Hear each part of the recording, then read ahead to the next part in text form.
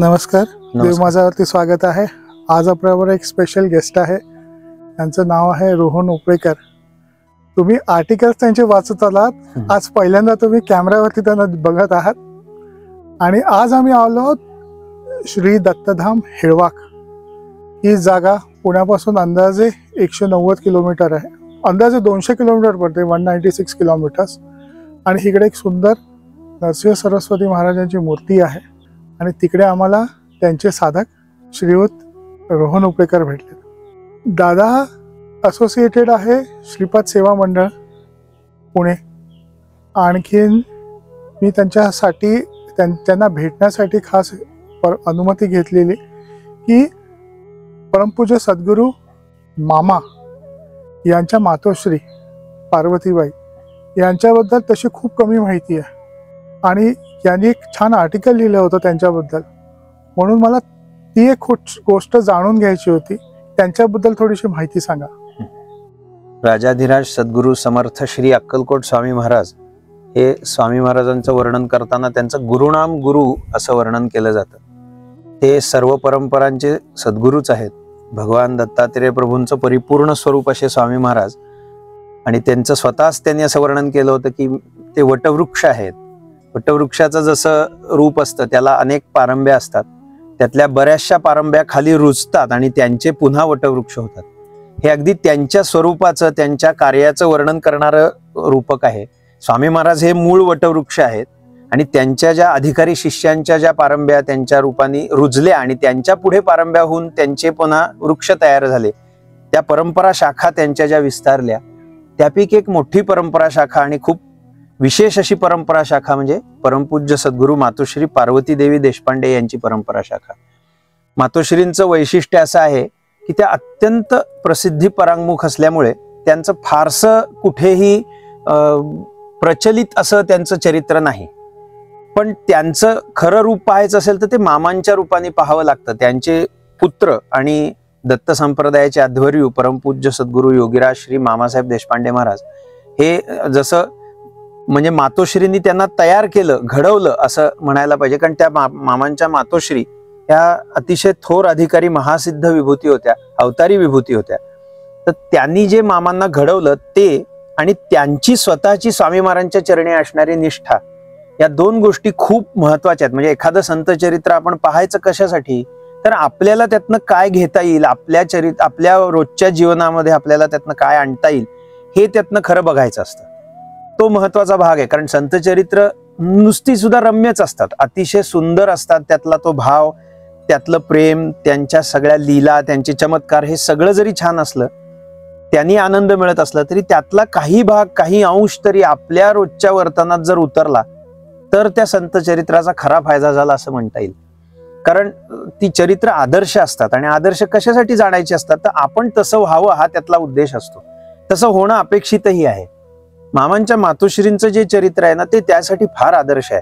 म्हणजे त्या एकाच चरित्राचे अनेक भाग आपल्याला बघता येऊ शकतात. म्हणजे एक चरित्र व्यवहाराच्या अँगलने बघायचं झालं तर अपत्यांवर, आपल्या मुलाबाळांवर संस्कार कसे करावेत याचं पण आदर्श मामांच्या मातोश्रींच्या चरित्रात बघायला मिळतो. घडवावं कसं लहान मुलांना. आज ही परिस्थिती अशी आहे की मूल जन्माला घालण्याची कपॅसिटी आहे म्हणून मूल जन्माला घातलं जातं, वाढवण्याची कपॅसिटी आई वडिलांजवळ पण नाही अशी परिस्थिती आहे. त्यासाठीही हे आदर्श आहे की कसं वाढवलं पाहिजे. कारण जर वाढवायचं असेल तर आमच्यापाशी तसे काहीतरी गुण असावे लागतील, तर आम्ही आमच्या मुलांमध्ये ते संस्कार करू ना. त्या दृष्टीने मामांच्या मातोश्रींचं चरित्र अतिशय अतिशय मार्गदर्शक आहे. दुसरा भाग असा आहे की संसारामध्ये प्रत्येकालाच काही ना काहीतरी अडचणी येत असतात. त्या अडचणी प्रत्येकाला फार मोठ्या वाटतात. म्हणजे माझी अडचण मला खूप मोठी वाटत असते. काही वेळेला असं होतं की आपण दुसऱ्याची अडचण बघितल्यावर लक्षात येतं की अरे आपल्यापाशी काहीच अडचण नाही आहे, त्याच्यापाशी केवढी कठीण गोष्ट आहे. मामांच्या चरित्रात, मामांच्या मातोश्रींच्या चरित्रात दोघांच्याही ठिकाणी हे बघायला मिळतं की व्यवहाराच्या दृष्टीने अतिशय खडतर, अतिशय कठीण परिस्थितीतनं सुद्धा मार्ग काढून आपलं इप्सित साध्य करता येतं किंवा आपला परमार्थ पूर्णत्वाला नेता येतो, अनन्य निष्ठेने भक्ती करता येते. याचं आदर्श उदाहरण या दोन्ही महात्म्यांच्या चरित्रात बघायला मिळतं. मामांच्या मातोश्री विशेषतः या बाबतीत त्यांचं चरित्र खूप विशेष आहे, कारण त्यांच्या चरित्रात एकदम अतिशय टोकाची श्रीमंती आणि एकदम अचानक अतिशय टोकाची गरिबी, अशा दोन्ही गोष्टी एकाच वेळी बघायला मिळतात. मामांचं जे घराणं ते नरेकर देशपांडे घराणं मानलं जातं. हे पेशवाईच्या काळ, शिवाजी महाराजांच्याच काळापासूनचं सरदार घराणं पेशवाईच्या काळातही होतं. ह्या मोठ्या सरदार घराण्याची एक शाखा म्हणजे मामांचं जे आलंय ते मल्हारबा देशपांडे म्हणून मामांचे पुरुष होते, मूळ पुरुष त्या घराण्याचे.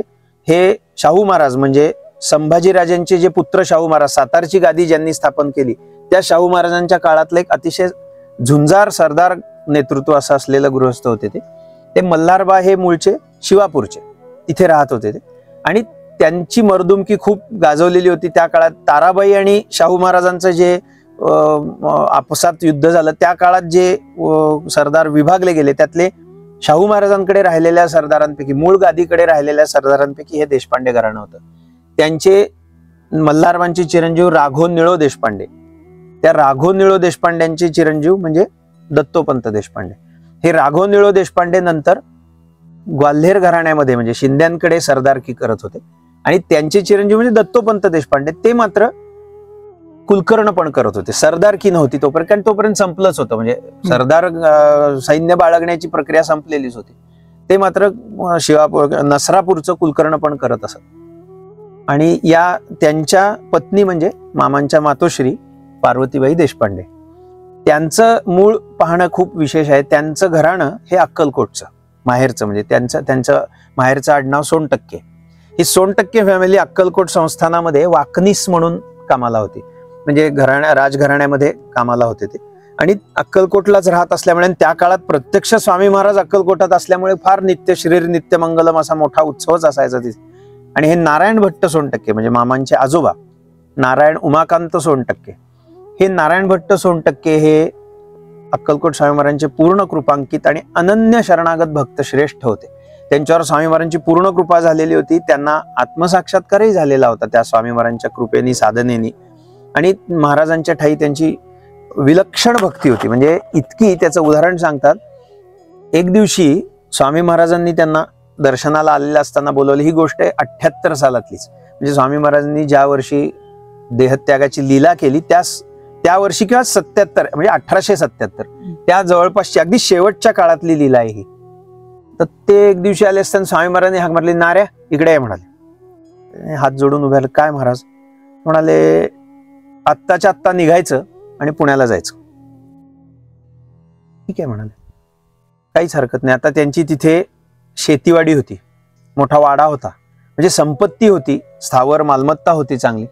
त्यांनी शांतपणे सांगितलं स्वामी महाराजांनी निघायचं आत्ताच्या आत्ता. बरं, गुरु आज्ञा अशी प्रमाण मानायची असते, जशी सांगितली तशी. घरी आले, पत्नीला त्यांनी सांगितलं की आपल्याला अशी आज्ञा झालेली, आपल्याला पुण्याला जायचंय.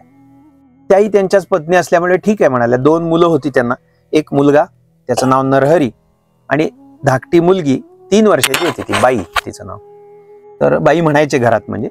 तर त्या बाई आणि नरहरी त्या दोघांना घेतलं, स्वामी महाराजांच्या समोर गेले आणि त्यांना सांगितलं आपल्या आज्ञेप्रमाणे पुण्याला निघतो आहे, आपले आशीर्वाद असू देत. आणि त्यांना कुठेतरी जाणीव असेल की हे आपलं शेवटचं दर्शन आहे आता स्वामी महाराजांचं, कारण तेही अधिकारीच होते. त्यांना माहीत असावं महाराज आता लौकिक अर्थाने देहत्याग करणार आहेत. महाराजांनी पण आशीर्वाद दिला प्रेमभराने. आणि आश्चर्य म्हणजे ह्या 2 लहान मुलांना जवळ ओढलं, आपल्यापाशी घेतलं. आणि त्यातले जे नरहरी पंत होते ते त्या मानाने 5 किंवा 6 वर्षाचे असतील, फार मोठे नाहीत. त्यांच्या पाठीवर हात फिरवला, डोक्यावर हात फिरवला, आशीर्वाद दिला आणि सांगितले ही दोन्ही पोरं आमचीच आहेत, ही पुढं आमचं कार्य करतील. आणि मातोश्री तेव्हा लहान होत्या, 3 वर्षाच्या होत्या. त्यांचा जन्म 75 सालातला, 1875, म्हणजे त्या 2.5 ते 3 वर्षाच्या होत्या. स्वामी महाराजांनी त्यांना मांडीवर बसून घेतलं आपल्या, त्यांच्या डोक्यावरनं पाठीवरनं हात फिरवला आणि नारायण भट्टांना म्हणाले की ही आमची पोर आहे, ही आमचं कार्य पुढे चालवणार आहे म्हणाले. आणि तो तर त्यांच्यावर आशीर्वाद होताच, स्वामी महाराजांचं पूर्ण लक्ष होतं स्वामी महाराजांचं त्यांच्याकडे. तिथनं त्यांनी 2 मुलं, पत्नी आणि काय थोडं बहुत रोजचं लागणारं सामान असेल तेवढं उचललं, बाकी सगळं तिथंच सोडलं अक्कलकोटला आणि निघून आले पुण्याला.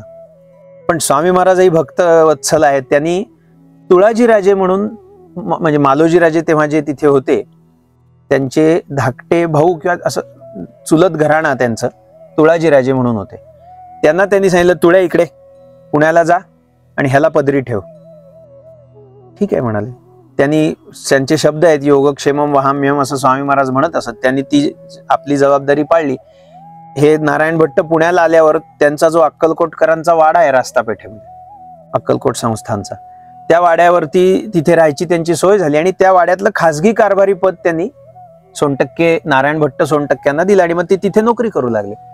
स्वामी महाराजांच्या कृपेने सगळा वेळ सच्चिंतनात, भगवत चिंतनात जातच होता. व्यवहाराचं जे काय काम होतं ते करत होते. मातोश्रींवरही संस्कार होत होते.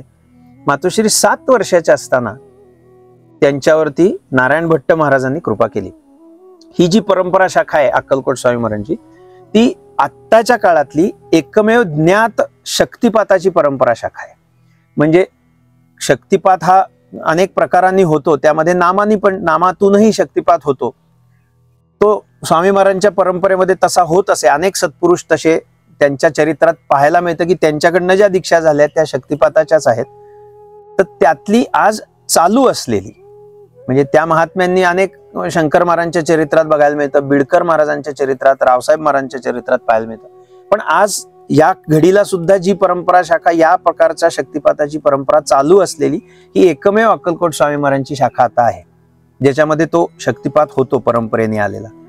तो ती शक्तिपाताची कृपा, तो अनुग्रह कृपा मामांच्या आजोबांनी म्हणजे नारायण भट्ट सोनटक्क्यांनी एके दिवशी पुनर्वसू नक्षत्र होतं, नक्षत्र योग चांगला होता. बाई तेव्हा 7 वर्षाच्या होत्या.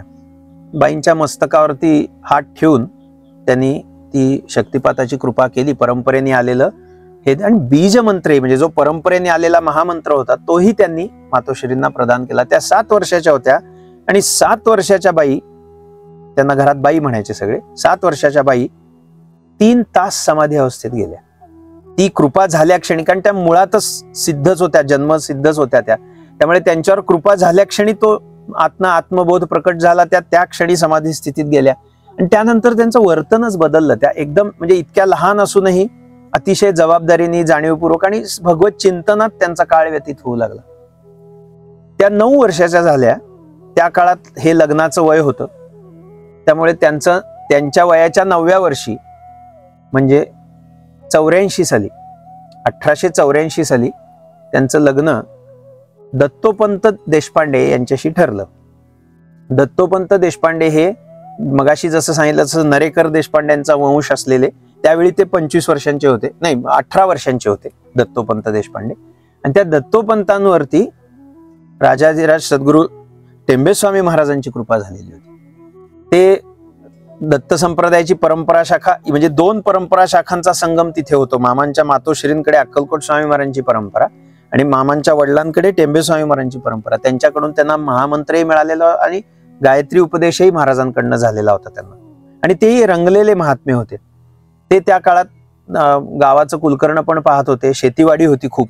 किती शेती होती तर मामांच्या वडिलांची 1800 एकर जमीन होती. 1800 एकर 1800 एकर जमीन होती या घराण्याची. म्हणजे मामांच्या मातोश्री म्हणजे श्रीमंतीची कल्पना यावी म्हणून मी मुद्दामून सांगतोय. म्हणजे 1800 एकर ही छोटी गोष्ट नाही. एवढी शेती बघण्यासाठी किती लोक लागत असतील, एवढं ते सगळे सांभाळत होते.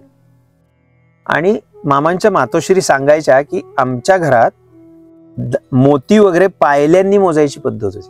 असे 2, 4, 6, 12 असे मोती मोजायची पद्धत नव्हती. पायलीच्या मापाने मोती, म्हणजे धान्य ज्या मापाने मोजतात त्या मापाने घरात मोती मोजले जायचे. एवढी श्रीमंती होती. आणि अत्यंत असं उदार अंतःकरण असलेलं, म्हणजे घरात एका वेळी 10 माणसं असतील तर 25 माणसं जेवायला असतील अशी परिस्थिती. इतक्या उदारतेने सगळं चालायचं. मोठं घर, मोठा वाडा, बाग मोठी, गाई गुरं, असं सगळं घरात मोठं, म्हणजे चांगलं होतं. तालेवार घराणं अगदी. मामांच्या आजी म्हणजे वडिलांच्या आई जानकीबाई, त्यांचे वडील लवकर गेले. मामांच्या वडिलांचे वडील म्हणजे मामांचे आजोबा राघव निळो देशपांडे लवकर गेले. पण त्यांच्या पुढे सगळे ह्या जानकीबाईंनी सांभाळलं होतं. म्हणजे सगळी शेतीवाडी सुद्धा त्या काळात बघत होत्या. दत्तोपंत लहान होते त्या काळात आणि मोठ्या खंबीर धीराच्या होत्या. म्हणजे एवढं सगळं सांभाळणं सोपी गोष्ट नाही. तर त्यांच्या घराण्यात म्हणजे त्या जानकीबाईंच्या माहेरनं वैद्यकीयचं ज्ञान त्यांच्याकडे आलेलं होतं. आणि ज्योतिष म्हणजे त्या जानकीबाईंचे वडील इतके तयारीचे जोशी, ते अंध होते, ते इतके तयारीचे ज्योतिषी होते. शिरवळचीच फॅमिली ती देशपांडेच फॅमिली. तर त्यांच्या घरात म्हणजे ह्या मामांचे काका एक लहान मूल जन्माला आलं, ते लहान जेव्हा जन्माला आले तेव्हा त्यांचा आवाज ऐकून त्या आजोबांनी सांगितलं होतं, ठकीचं पोर, ठकी म्हणायचे त्यांना, ठकीचं पोर वयाच्या 18व्या वर्षी घोड्यावरून पडून किंवा पाण्यात बुडून मरेल. म्हणजे त्या बाळाचा नुसता आवाज ऐकून त्यांनी हे भविष्य केलं होतं आणि तसं घडलं प्रत्यक्षात. ते घोड्यावर न ते पाण्यात बुडून गेले 18व्या वर्षी वयाच्या. म्हणजे इतकं त्यांची ज्योतिषाचं ज्ञान इतकं तयारीच होतं. त्यामुळे त्यांच्याकडनं ज्योतिष आणि वैद्यकीय हे दोन्ही विद्या जानकीबाईंकडे आल्या. जानकीबाईंकडनं दत्तोपंत आणि पार्वतीबाई दोघांनाही त्या विद्यांची प्राप्ती झाली. दोघंही त्यात निष्णात होते अतिशय. आणि जानकीबाईंचं कसं हे सांगतात की गावात एकही अडलेली बाळंतीण जानकीबाईंनी सोडवली नाही असं कधीही घडलेलं नाही. म्हणजे कितीही अडचण असू दे बाळंतपणाची, त्यांच्या हातात ती विद्याच होती की त्या अतिशय सुखरूप प्रसूती करून देत असत. तो पुढे पार्वतीबाईंनी पण तो सगळा वैद्यकीचा, त्यांच्या ज्योतिष विद्येचा सगळा ज्ञानाचा वसा त्यांनी चालवला पुढे. उत्तम वैद्यकी त्यांच्यापाशी होती ती त्यांनी मामांनाही दिली. ज्योतिष आणि वैद्यकी या दोन्ही विद्या त्यांच्याकडनं मामांकडे आल्या. आणि महत्वाची विद्या आली ती ज्ञानेश्वरीची. आता हा भाग थोडासा सांगण्यासारखा आहे की मामांच्या मातोश्री या सवयीने वाचू शकत होत्या, पण त्यांना लिहिता येत नव्हतं. म्हणजे अक्षर ओळख त्यांची लिखाणाची झालेली नव्हती, त्या वाचू शकत होत्या. पण त्यांना ज्ञानेश्वरी वाचता यायची. त्या ज्ञानेश्वरीचं माऊलींची कृपा असल्यामुळे त्यांना ज्ञानेश्वरी सांगता पण यायची. म्हणजे त्यांना गूढ रहस्य ज्ञानेश्वरीतील आतून समजत असत, पण त्यांना लिहिता येत नव्हतं. हे गमतीशीर त्यांच्या बाबतीत आहे. पण त्यांनी ज्ञानेश्वरीची खूप सेवा केली. म्हणजे त्यांच्या ह्या 3 विद्या, ज्योतिष, वैद्यकीय आणि ज्ञानेश्वरी, ही त्यांची खूप मोठी विद्या होती. मामांच्या घरात त्या आल्या जशा, म्हणजे देशपांडेंच्या घरात आल्यानंतर सासूबाईंनी खूप चांगले संस्कार त्यांच्यावर केले, म्हणजे जानकीबाईंनी. आणि त्यांच्याही लक्षात आलं, कारण जानकीबाईंना अजून एक थोरला मुलगा होता, सीताराम त्यांचं नाव. त्या दोघांमध्ये 10 वर्षाचं अंतर होतं. म्हणजे सीताराम पंत आणि दत्तोपंतांमध्ये 10 वर्षाचं अंतर होतं. आणि सीताराम पंत दत्तक गेलेले होते त्यांच्याच घराणे, म्हणजे त्यांच्याच एका चुलत्यांना दत्तक गेलेले होते. त्या काळात हे राजघराण्यासारखंच असायचं. सरदार घराणी ही राजघराण्यासारखीच असायची. त्यामुळे त्यातला जो थोरला मुलगा असतो त्याचं नाव संपत्तीवरती लागतं, कारण तो वारसदार मानला जातो. आता यांच्याकडे जानकीबाईंना आधीची अपत्य होऊन गेली होती बरीच, त्यातली 2च ही होती. तर त्या सीताराम पंतांच्या नावाने सगळी संपत्ती राहून गेली होती. म्हणजे जानकीबाई त्या काळात इतक्या दूरदृष्टीच्या होत्या की त्यांनी 2 मुलांचे संसार वेगळे करून दिलेले होते. सगळं भांडी कुंडी, सगळं जमीन वेगळी करून सगळं करून दिलेलं होतं. पण दुर्दैवानी कागदोपत्री नाव बदलायचं राहून गेलं होतं. त्याचा नंतर पुढे मग त्या सीताराम पंतांनी खूप गैरफायदा घेतला. तो भाग मी सांगीनच पुढच्या ह्याच्यात. पण ह्या म्हणजे जानकीबाईंची दूरदृष्टी एवढी असून सुद्धा हे थोडंसं नेऊन राहिलं, ज्याच्यामुळे ती सगळी संपत्ती गेली. म्हणजे एवढी श्रीमंती आणि नंतर काहीही नव्हतं, 2 वेळचं खायला काही नव्हतं अशी परिस्थिती, इतकं ते बिकट झालं नंतर. तर ते दत्तोपंतांचा म्हणजे संसार सुरू झाला. मातोश्री शिकत होत्या, त्या लहानच होत्या तशा, पण आपली सून वेगळी आहे, लौकिक अशी तिचा अधिकार नाहीये हे जानकीबाईंनी लगेचच ओळखलं होतं. त्यातला एक छान प्रसंग त्यांच्या चरित्रातला आहे. एकदा जानकीबाईंनी असं विचारलं त्यांना की बये तुला काय हवं, या संपत्तीतलं काय हवं ह्यातलं तुला. त्या इतक्या प्रांजळपणे अशा ह्यांनी म्हणून गेल्या की देव्हाऱ्यातला हा मारुती द्याल का मला. ते जानकीबाईंना असं वाटलं हिनी दागिने मागितले नाहीत, तिने काही संपत्ती मागितली नाही, भांडी कुंडी मागितली नाहीत, काहीही माहित नाही, तिने फक्त तो मारुतीची मूर्ती मागितली. त्यांना तेव्हाच कळलं की ही वेगळी आहे अतिशय, हिचं काही सामान्यांसारखं हिचं लक्षण नाही. मग त्यांनी त्यांच्यावर खूप चांगले संस्कारही केले, त्यांना शिकवलं सगळं. आणि जे त्यांना जो पहिली मुलगी झाली त्यांना, पण ती लवकर गेली. त्याच्यानंतर गोविंद नावाचा म्हणजे एक मुलगा झाला. त्याच्यानंतर परत 4 अपत्य, 3 अपत्य त्याच्यानंतर होऊन गेली. आणि मग रघुनाथ म्हणून त्यांचे एक चिरंजीव होते. त्याच्यानंतर अनसुया नावाची एक मुलगी झाली. पुन्हा 2-3 अपत्य गेल्यानंतर मामांचा जन्म झालेला आहे. त्यांची खूप अपत्य दुर्दैवानी प्रारब्धवशात एकतर लगेच जन्मून तरी गेली, नाही तर मृत जन्माला आले, असं ते सगळं हे झालं. मग त्यावेळी दत्तोपंत जेव्हा रघुनाथ पंत लहान होते तेव्हा जानकीबाई खूप दुर्धर रोगाने आजारी पडल्या. त्यांचा कोठा फुटला होता, त्यामुळे त्यांना जागेवरच संडासला आणि लघवीला होत असे. थोरली सून काही लक्ष द्यायची नाही त्यांच्याकडे. त्या सीताराम पंतांच्या बायकोनी कधी त्यांची फारशी सेवा केली नाही, पण मामांच्या मातोश्रींनी आपण प्रत्यक्ष भगवंतांची सेवा करतोय या भूमिकेने सासूबाईंची सेवा केली. आणि सासूबाई पण पाहत होत्या, त्या अंथरुणावरच होत्या पूर्ण वेळ. त्यांचं सगळं एकदा सुद्धा चिडचिड वगैरे न करता, आता ह्या तर आत्मसाक्षात्कारीच होत्या, कशाला चिडचिड करतील, वृत्तीच वेगळी होती, परमशांत अवस्था होती त्यांची. त्यांनी पण खूप मनापासून सेवा केली. त्याचं फळ म्हणून जानकीबाईंनी अगदी शेवटच्या वेळेला बोलवलं मातोश्रींना आणि म्हणाले, बाळ तू माझी खूप मनापासून सेवा केली आहेस, माझा आशीर्वाद आहे की तुझा एक पुत्र कुलोद्धारक होईल, आत्मसाक्षात्कारी पुत्र तुला होईल आणि तो घराण्याचं नाव उज्ज्वल करेल. आता परिस्थिती अशी होती की संतती होऊन जगतच नव्हती. त्यात हा आशीर्वाद मोठा चांगला होता की कुलोद्धारक पुत्र होईल, दीर्घायुषी पुत्र होईल असा आशीर्वाद होता. पण मधल्या काळात पुन्हा त्यांची होऊन संतती गेल्यावर ते खूप दुःखी झाले. आणि त्यावेळी दत्तोपंत दर पौर्णिमेला नरसोबाच्या वाडीची वारी करत असत. 12 साली ते एकदा मातोश्रींना घेऊन गेले होते तिथे. दोघही गेलेले असताना त्यांनी देवांच्या समोर करुणा भाकली की देवा, आम्हाला एकतर होऊ नये संतती, ती होऊन जाते ते लहान मूल जाणं बघणं खूप दुःखाचं आहे, त्यापेक्षा होऊ नये अशी आपल्या चरणी प्रार्थना आहे. नाही झाली तर ती जगली तरी पाहिजे. मग तेव्हा दोघांशी देवांचा संपर्क जो देव प्रत्यक्ष बोलत असत, देवांनी त्यांना सांगितलं की वरती टेंबेस्वामी महाराज आहेत, त्यांना जाऊन नमस्कार करा, ते आमचा निरोप सांगतील. मग त्याप्रमाणे ते वरच्या ब्रह्मानंद महाराजांच्या ओरीत जिथे टेंबेस्वामी महाराज राहत असत वाडीला, तिथे आले. महाराजांना नमस्कार केल्याबरोबर महाराज म्हणाले, दत्तप्रभूंचा निरोप असा आहे की आता जी संतती होईल ती दीर्घायुषी होईल आणि कुलोद्धारक होईल, आत्मसाक्षात्कारी अवतारी विभूती पोटी तुमच्या जन्माला येईल. काही अडचण आल्यास दत्तप्रभूंचं स्मरण करावं असं त्यांनी आशीर्वाद दिला. आणि ही शेवटचीच भेट होती त्यांची टेंबेस्वामी महाराजांची, कारण त्याच्यानंतर महाराज गरुडेश्वरला गेले आणि नंतर तिथून बाहेर आलेच नाहीत. त्यांनी 1914 साली देह ठेवेपर्यंत ते गरुडेश्वरलाच होते शेवटचा काळ. म्हणजे हे फिजिकली भेटलेले सगळ्यांना? हो, फिजिकली भेटलेले. ते फिजिकली त्यांचे अनुग्रहितच होते ना. टेंबेस्वामी महाराजांचे प्रत्यक्ष अनुग्रहित होते मामांचे वडील. आणि नुसतं नाही, त्यांनी दिलेला एक फोटो अजून माऊलीमध्ये आहे. प्रत्यक्ष टेंबेस्वामी महाराजांचा हाच हस्तस्पर्श झालेला टेंबेस्वामी महाराजांचा फोटो आहे. तो माऊलीत देवघरात ठेवलेला. तो मामांच्या वडिलांना, म्हणजे मामांच्या वडिलांना एक फोटो मिळाला कुठेतरी त्यांचा छोटा. त्या काळात फोटो मिळणं ही खूप दुर्मिळ गोष्ट होती. पण त्यांनी तो फ्रेम करून महाराजांच्या हातनं प्रसाद म्हणून घेतला होता प्रत्यक्ष. तो माऊलीत आहे अजूनही ठेवलेला. तर ते ही आणि गंमत अशी आहे की महाराजांच्या ज्ञात चरित्रात, म्हणजे टेंबेस्वामी महाराजांच्या ज्ञात चरित्रात ते 12 साली वाडीला आल्याचा उल्लेख नाही.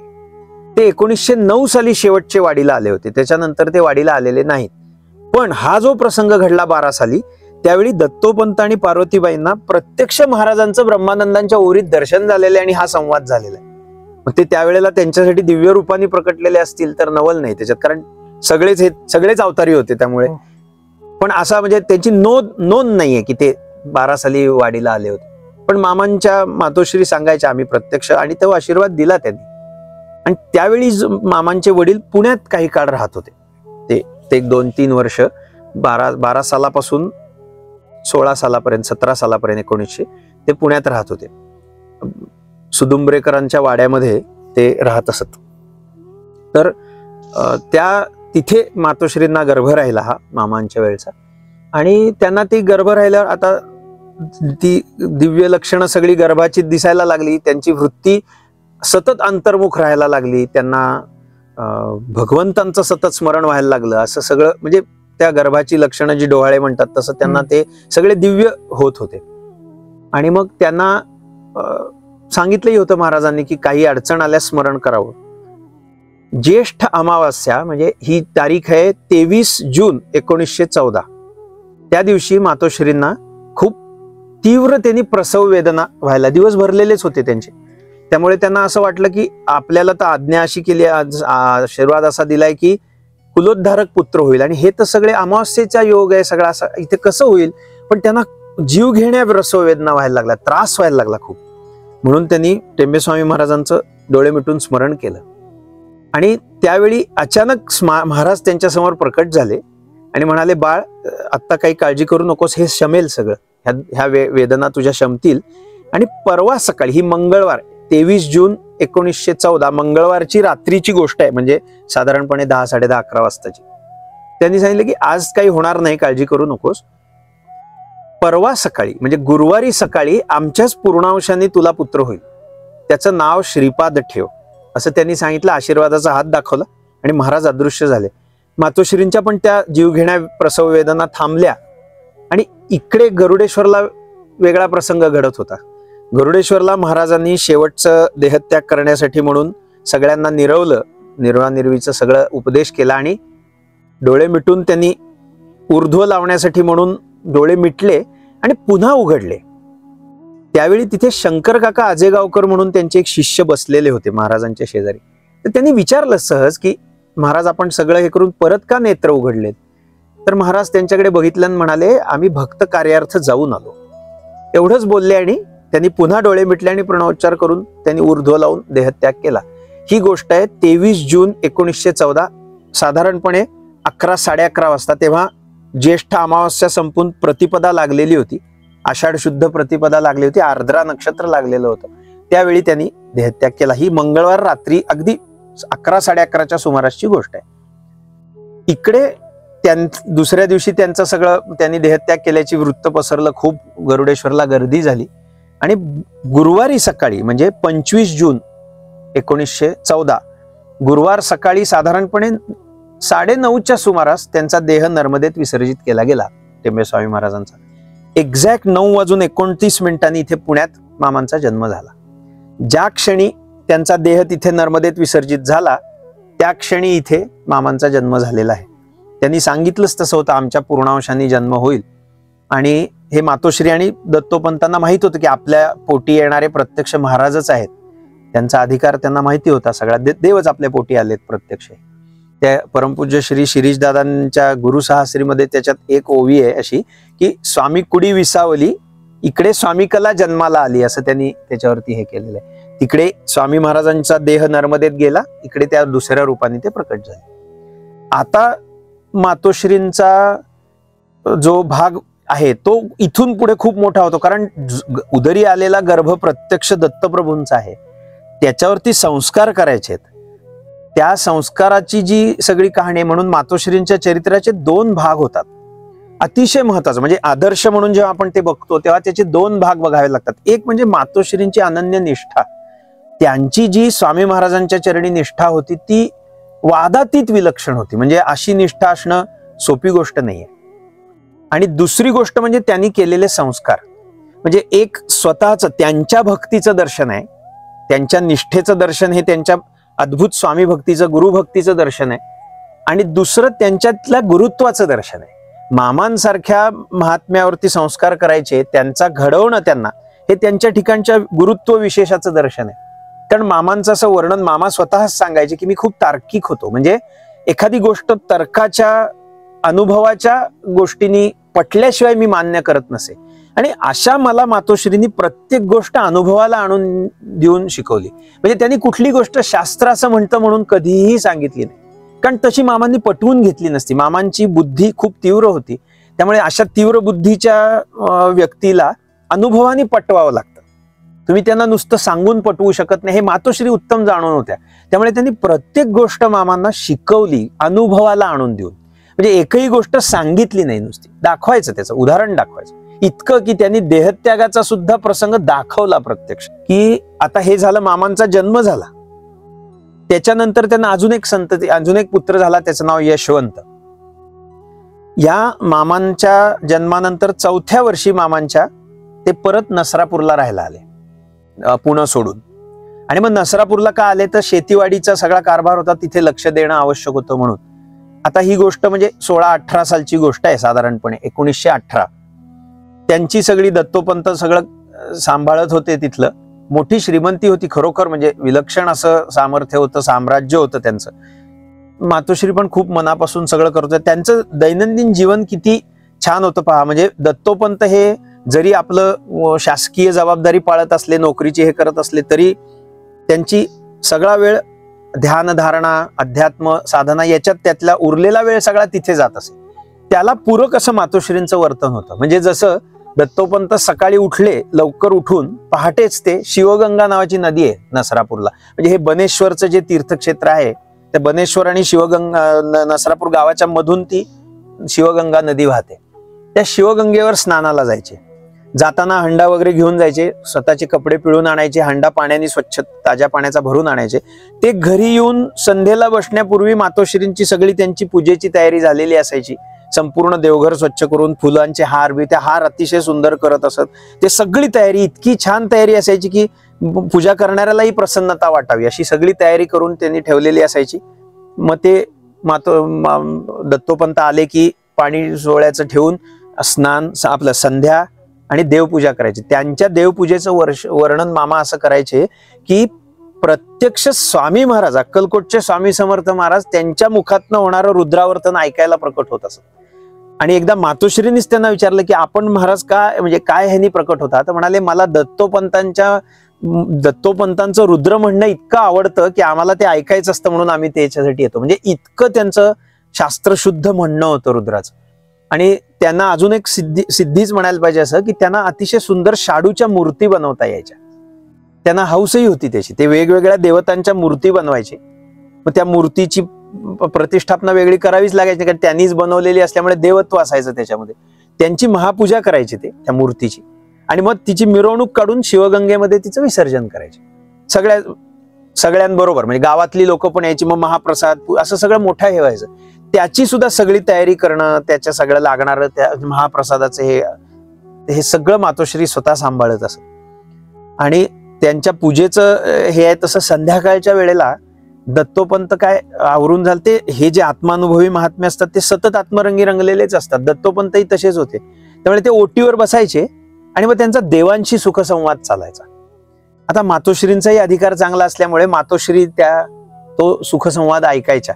तर त्यांनी कसं जोडलं होतं बघा, दत्तोपंत पूजेला बसले सकाळच्या की मातोश्री दही घुसळायला घ्यायच्या. म्हणजे त्यांचे पण काम व्हायचं आणि समोर बसून त्यांची पूजा पण बघता यायची. आपल्या अशा जागी त्या स्वयंपाकघरात बसायच्या की तिथून त्यांची पूजा पण बघायला मिळेल, सगळं चाललेलं आहे कानावर पडेल, आणि यांचं पण घुसळणं व्हायचं. खूप घरचं दूध दुभतं खूप असल्यामुळे रोजचं लोणी काढावं लागायचं. त्यांचं एक वैशिष्ट्य असं होतं मातोश्रींचं की त्यांच्यावर भगवान श्रीकृष्णांची मोठी कृपा होती. त्या गोपीच म्हणजे गोपी भावातच असायच्या.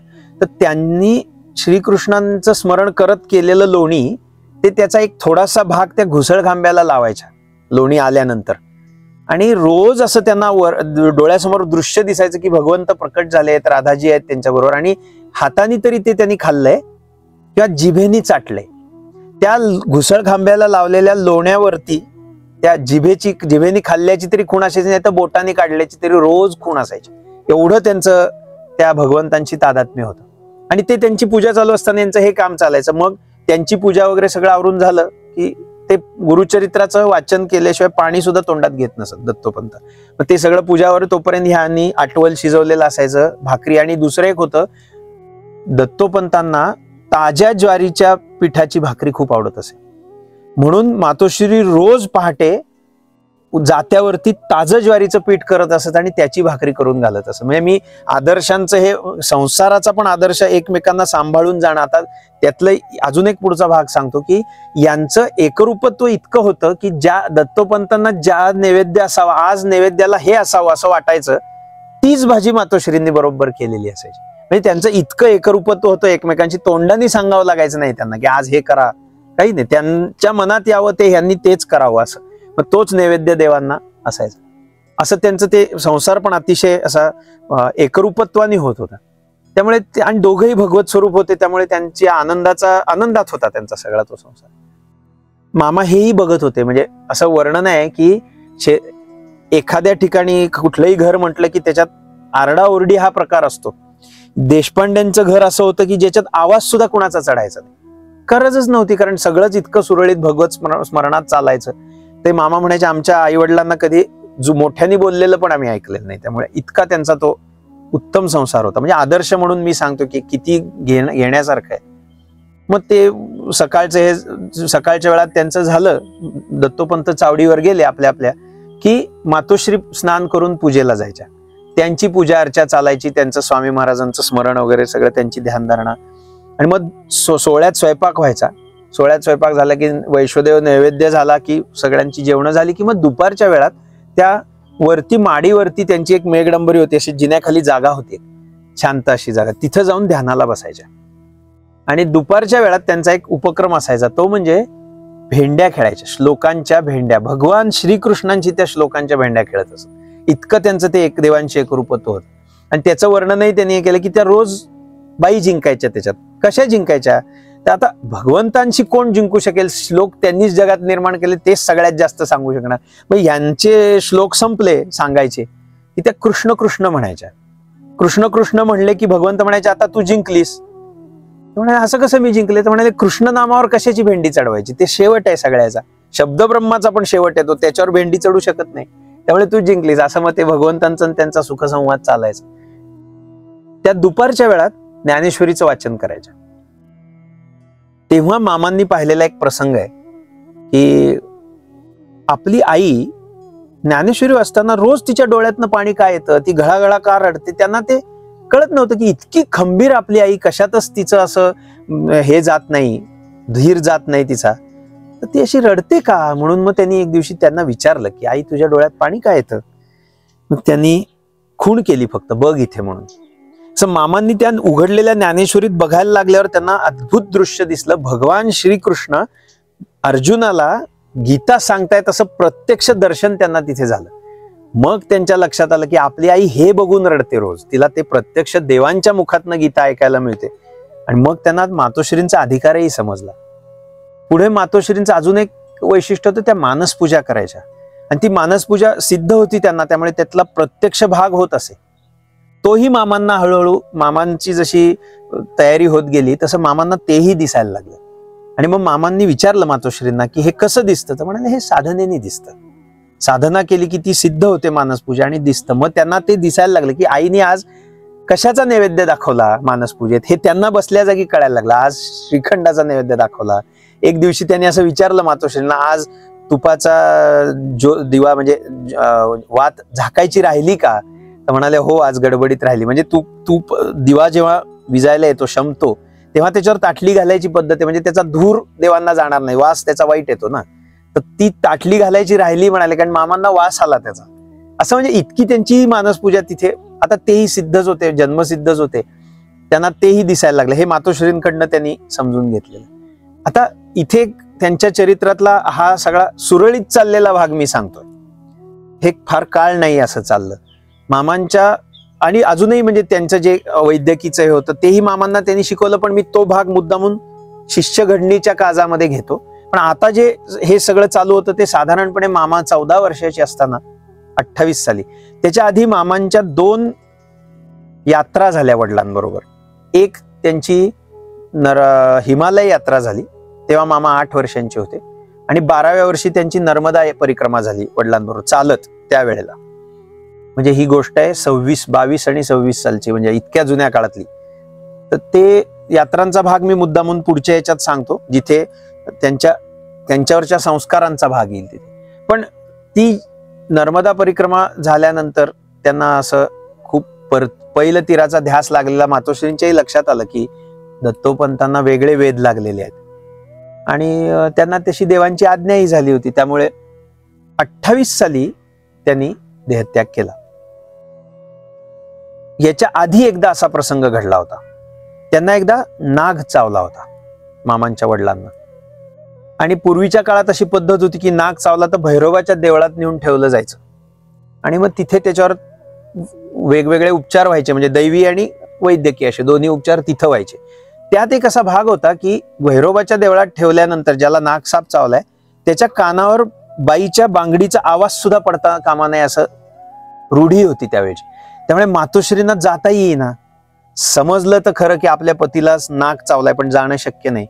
त्यांचे आधार स्वामी महाराजच होते. त्या स्वामी महाराजांच्या फोटो समोर येऊन त्यांची प्रार्थना करता म्हणल्या, आम्हाला आपल्याशिवाय कोण नाही, काय करायचं ह्या परिस्थितीत, मला कसं समजणार काय. मग स्वामी महाराजांनाच दया आली आणि त्यांच्या फोटोतनं विषारी पाणी बाहेर आलं त्या स्वामी महाराजांच्या, आणि इकडे दत्तोपंतांचं विष उतरलं सगळं. तर ही एक हा प्रसंग असा होता की ज्याच्यात त्यांना तो दुःखाचा प्रसंग बघायला मिळतो. बाकी सगळं सुखाचंच होतं, काही असं दुःखाचं काही प्रसंग घडलेलेच नव्हते. आणि एकदम जेव्हा मामांच्या वडिलांनी 6 मे 1928 रोजी दत्तप्रभूंच्या आज्ञेप्रमाणे देहत्याग केला, त्या क्षणी तो सगळा हा दुःखाचा भाग सगळा, म्हणजे जो लौकिक अर्थाने म्हणतोय त्यांच्यासाठी दुःख नव्हतं, ते व्यवहाराच्या दृष्टीने आपली भूमिका अशी असते की आपण त्याला दुःख म्हणतो, तो भाग सगळा सुरू झाला. त्याच्या आधी एक प्रसंग घडलेला आहे जो त्या मातोश्रींची जी स्वामी तनया चरित्र आहे त्यात तो आलेला नाहीये. परमपूज्य श्री शिरीष दादांनी एका प्रवचनात तो प्रसंग सांगितलाय. खूप महत्वाचा प्रसंग आहे. एक दिवशी काय झालं, स्वामी महाराज मातोश्रींवर पूर्ण कृपा होतीच त्यांची. एकदा त्यांनी एक प्रश्न विचारला मातोश्रींना. ते म्हणाले, बै तुला दुर्दैवाचे दशावतार म्हणजे काय माहितीये का? त्या तयारीच्याच होत्या. त्या म्हणाल्या, महाराज ज्याच्यावर आपली कृपा आहे त्याला दुर्दैव कसं काय माहिती असू शकेल? मला दुर्दैव माहित नाही म्हणाले, मी कसलंच दुर्दैव बघितलेलं नाहीये. ते हसले, म्हणाले, अगं पण तुझ्या प्रारब्धाने तुला दुर्दैव पाहावं लागणार आहे आता. म्हणाले काय पाहावं लागणार आहे? त्यांनी तो सांगितलं की असं असं घडणार आहे. त्याच्यावर त्यांचा प्रश्न होता की आपण आणि माझे भगवंत त्यावेळी माझ्या बरोबर असणार ना? म्हणाले अर्थातच. म्हणाले बाप कधी लेकीला सोडत नाही. म्हणाले आम्ही सदैव तुझ्या बरोबर आहोत.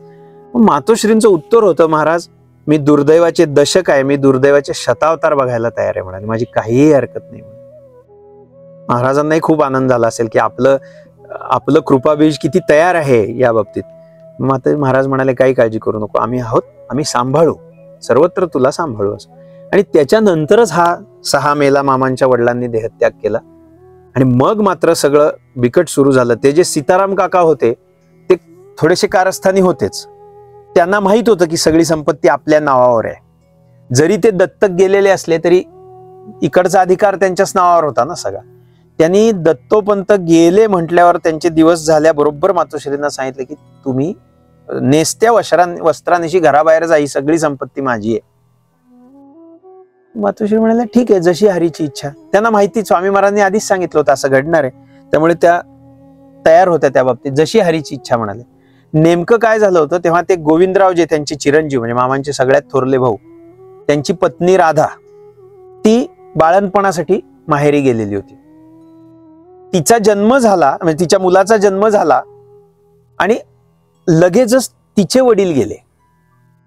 त्यामुळे घरातल्या लोकांनी ते असा विचार केला की बहुतेक हे मूलच अपशकुनी दिसते, ह्याचा जन्म झाल्याबरोबर आजोबा गेले म्हणजे, म्हणून त्यांनी ती ओली बाळंतीण घरी पाठवून दिली सासरी.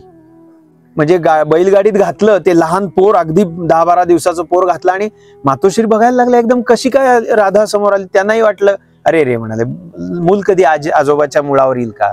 ठीक आहे म्हणाले, जशी हरीची इच्छा म्हणाले. म्हणून त्यांनी ते लहान मूल आणि ती राधा जशी घरी आली तशी तिला इकडचं कळलं की काकांनी सगळी संपत्ती लाटली आणि आपल्याजवळ काही नाही. तिने इतका धसका घेतला की तिनेच अंथरूण धरलं आणि ती त्या आजारपणात गेली. म्हणजे आता हे लहान बाळ तिचं जे त्याचं नाव शंभू, ते लहान बाळ आलेलं घरात. गोविंदराव मुळात विरक्त होते. त्यांनी हे सगळं झाल्यावर मातोश्रींना म्हणाले मी जातो निघून असं म्हणाले. ते घर सोडून निघून गेले. पुढे त्यांनी संन्यास घेतला. त्यामुळे त्यांचंही काय, म्हणजे आता मातोश्री त्यांचं स्वतःची मुलं, हे नातू एक आणि जावेची मुलं होतीच, दोन मुली होत्या, ती गेली म्हणून तिच्या मुली, अजून 2 मुली, अशा 6, 7, 8 मुलं घरात होती लहान त्यांच्या. त्या सगळ्यांना घेऊन त्या पुण्याला आल्या. कारण त्यावेळी नरहरी मामा आले. त्यांनी सांगितलं पुण्याला चल, इथं काय राहायचं ह्या सगळ्या ह्याच्यात, सांभाळायला कोणीच नाही म्हणल्यावर ते तिथनं उठले आणि पुण्याला आले. त्यावेळी न्यायमूर्ती रानड्यांचा वाडा ह्याच्या इथे होता आपल्या मंडईपाशी. त्या रानड्यांच्या वाड्यात ते राहत होते आणि मामांची मुलगीही तिथंच राहत होती, अनसुया तिचं नाव. तिचं लग्न झालं होतं, ते ह्याची फॅमिली होती बेळगावची. तर ती पण म्हणजे तिचे यजमान नोकरीसाठी पुण्यात असल्यामुळे ते पण तिथेच राहत होते. मग एका खोलीत ते राहायचे आणि मग दुसऱ्या एका खोलीत मामांच्या मातोश्रींनी बिराड स्थापन घेतलं, आपलं केलं. त्यावेळी मामा होते 14 वर्षांचे. थोरलं ते एक जे रघुनाथ काका होते ते एकच थोरले घरात मूल, बाकी गोविंदराव तर निघून गेलेले होते. मुलीचं लग्न झालं होतं. म्हणजे मामांच्यावरच सगळी जबाबदारी येऊन पडली. त्यांना त्या वयात काहीतरी अशी छोट्या मोठ्या नोकऱ्या कारण शिक्षण पूर्ण करता आलं नाही. कारण घरात तशी वडील नसल्यामुळे परिस्थितीच नव्हती शिक्षण पूर्ण करण्याची. त्याचं मातोश्रींनाही खूप वाईट वाटायचं की इतका हुशार मुलगा असून त्याला शिक्षण नाही घेता आलं. कारण त्यांनी म्हणजे दत्तोपंतांनी शेवटच्या ह्याच्यात त्यांना हायकोर्ट प्लीडरची, म्हणजे त्या काळातला जो वकिलीचा जो हे होता, हायकोर्टमध्ये प्लीड करणारा जो असायचा, त्या हायकोर्ट प्लीडरच्या परीक्षेसाठी मामांना पुण्याला ठेवलं होतं. मामांचे मामा चित्राव शास्त्री जे होते, सिद्धेश्वर शास्त्री चित्राव, मोठं विद्वान व्यक्तिमत्व होतं. ते मामांच्या आईंचे भाऊ होते, चुलत, म्हणजे असे त्यांचं नातं होतं. तर त्यांच्या ह्यांनी भारत विद्यालयामध्ये मामांचं नाव घातलं होतं त्याच वर्षी, शेवटच्या म्हणजे 28 सालीच. पण वडील गेल्यामुळे त्यांना ते सगळं सोडून परत यावं लागलं, शाळा सोडून द्यावी लागली. त्यामुळे ते झालं नाही पुढे. मातोश्रींना त्याचं दुःख होतं, पण आपला मुलगा खूप चांगला तयार आहे, त्यामुळे तो मार्ग काढेल हे त्यांना माहित होतं आणि त्यांनी केलं तसं. त्या वयात सुद्धा मामा, आणि म्हणजे कसं हरवणारी व्यक्तिमत्व पहा, सांभाळला तर पाहिजे, घर तर सांभाळलं पाहिजे, स्वतःच येतं. आता म्हणजे जसं न्हाव्याच्या मुलाची शिकवणी घेतली की हजामत फुकट करून मिळते, दूधवाल्याच्या घरातल्या मुलांना शिकवलं की दूध फुकट मिळतं, असं ते त्याच्या बदल्यात, म्हणजे फुकट नाही त्याच्या बदल्यात घेत होते ते. पण असं करत त्यांनी संसाराला हातभार लावायला सुरुवात केली. आणि मातोश्रींवर स्वामी महाराजांची कृपा होती, त्या तर शांतपणे ते सगळं सहन करत होत्या. म्हणजे घरात काही मुलांना खायला द्यायला काही नसेल तर त्यांची एक पद्धत होती, त्या स्वामी महाराजांची प्रार्थना करायची आणि ध्यानाला बसायची. त्या उठल्यानंतर स्वामी महाराजांनी त्यांना सांगितलं होतं आम्ही सांभाळू. खरोखर त्या दिवशीचं मुलांचं शिजवणं होईल एवढं अन्न घरातल्या डब्यांमध्ये असायचं, म्हणजे धान्य, त्याच्यावरनं ते शिजवून मुलांना खायला घालायचे. ह्या पूर्वीपासूनच एकभुक्त होत्या. नंतरही त्यांनी अनेक उपास करायला सुरुवात केली, कारण मुलांचंच कसं तरी खाणं व्हायचं घरात, एवढी मुलं. याच्या पुढची गोष्ट सांगतो, त्या सीताराम काकांनी ज्यांनी त्यांना घराबाहेर काढलं, त्यांच्या 2 मुलींना सुद्धा नंतर त्यांची बायको गेल्यानंतर मातोश्रींनी सांभाळले. म्हणजे असं नाही म्हणाले की तुझ्या वडिलांनी मला घराबाहेर काढलं म्हणून मी हे करेन, नाही. त्यांची 2 मुलं ठीक आहे, चल 2 मुली मातोश्री सांभाळत होत्या पुढे. इतकं त्यांनी, म्हणजे परोपकाराय सताम विभूतया हा म्हणतात तसं आहे ते. सज्जन म्हणजे संत हे परोपकारासाठीच असतात. त्यांनी अशी नाही हे केली की तुझ्यामुळे मी रस्त्यावर आले, तुझ्या वडिलांमुळे, नाही. ठीक आहे, नाही तर नाही, त्यांना सांभाळलं. त्या 2 मुली सुद्धा मातोश्रींनी सांभाळल्या पुढे. असं ते पुण्यात चाललं होतं त्यांचं. मामा जमेल तसा हातभार लावत होते, छोट्या मोठ्या नोकऱ्या करत होते. त्यात त्यांना एका नोकरीच्या ह्याच्यात लेड पॉइझनिंग झालं. आता लेड पॉइझनिंगला औषधोपचार खूपच दुर्मिळ आहे, कारण ते मुळातच जीवघेणा प्रकार आहे तो.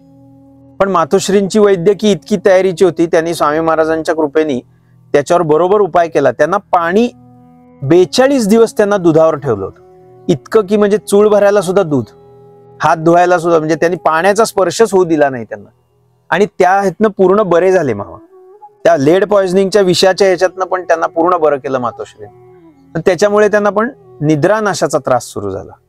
मग त्या यांची म्हणजे तयारीच्या वैद्य कशा असतात, ते मामांना त्यांनी सांगितलं तू असं कर, संध्याकाळी फिरायला जायचं जेवण झाल्यावर, जिथं झोप लागेल तिथं झोपून टाकायचं, म्हणत काही हरकत नाही. तशी झोप तशी ती हे, म्हणजे ते लकडी पुलावर वगैरे फिरायला जाऊन पुलाच्या शेजारी सुद्धा झोपलेले आहेत तिथे बाकड्यावरती वगैरे असे, कारण ते त्यांनी सांगितलं होतं. म्हणजे ही त्याची तो निद्रानाश घालवण्याचा उपाय होता त्यांना, आणि तो उपयोगी पडला. आणि मग पुढे परत ते नॉर्मलला झालं, त्यांची झोप वगैरे सगळी नॉर्मल व्हायला लागली.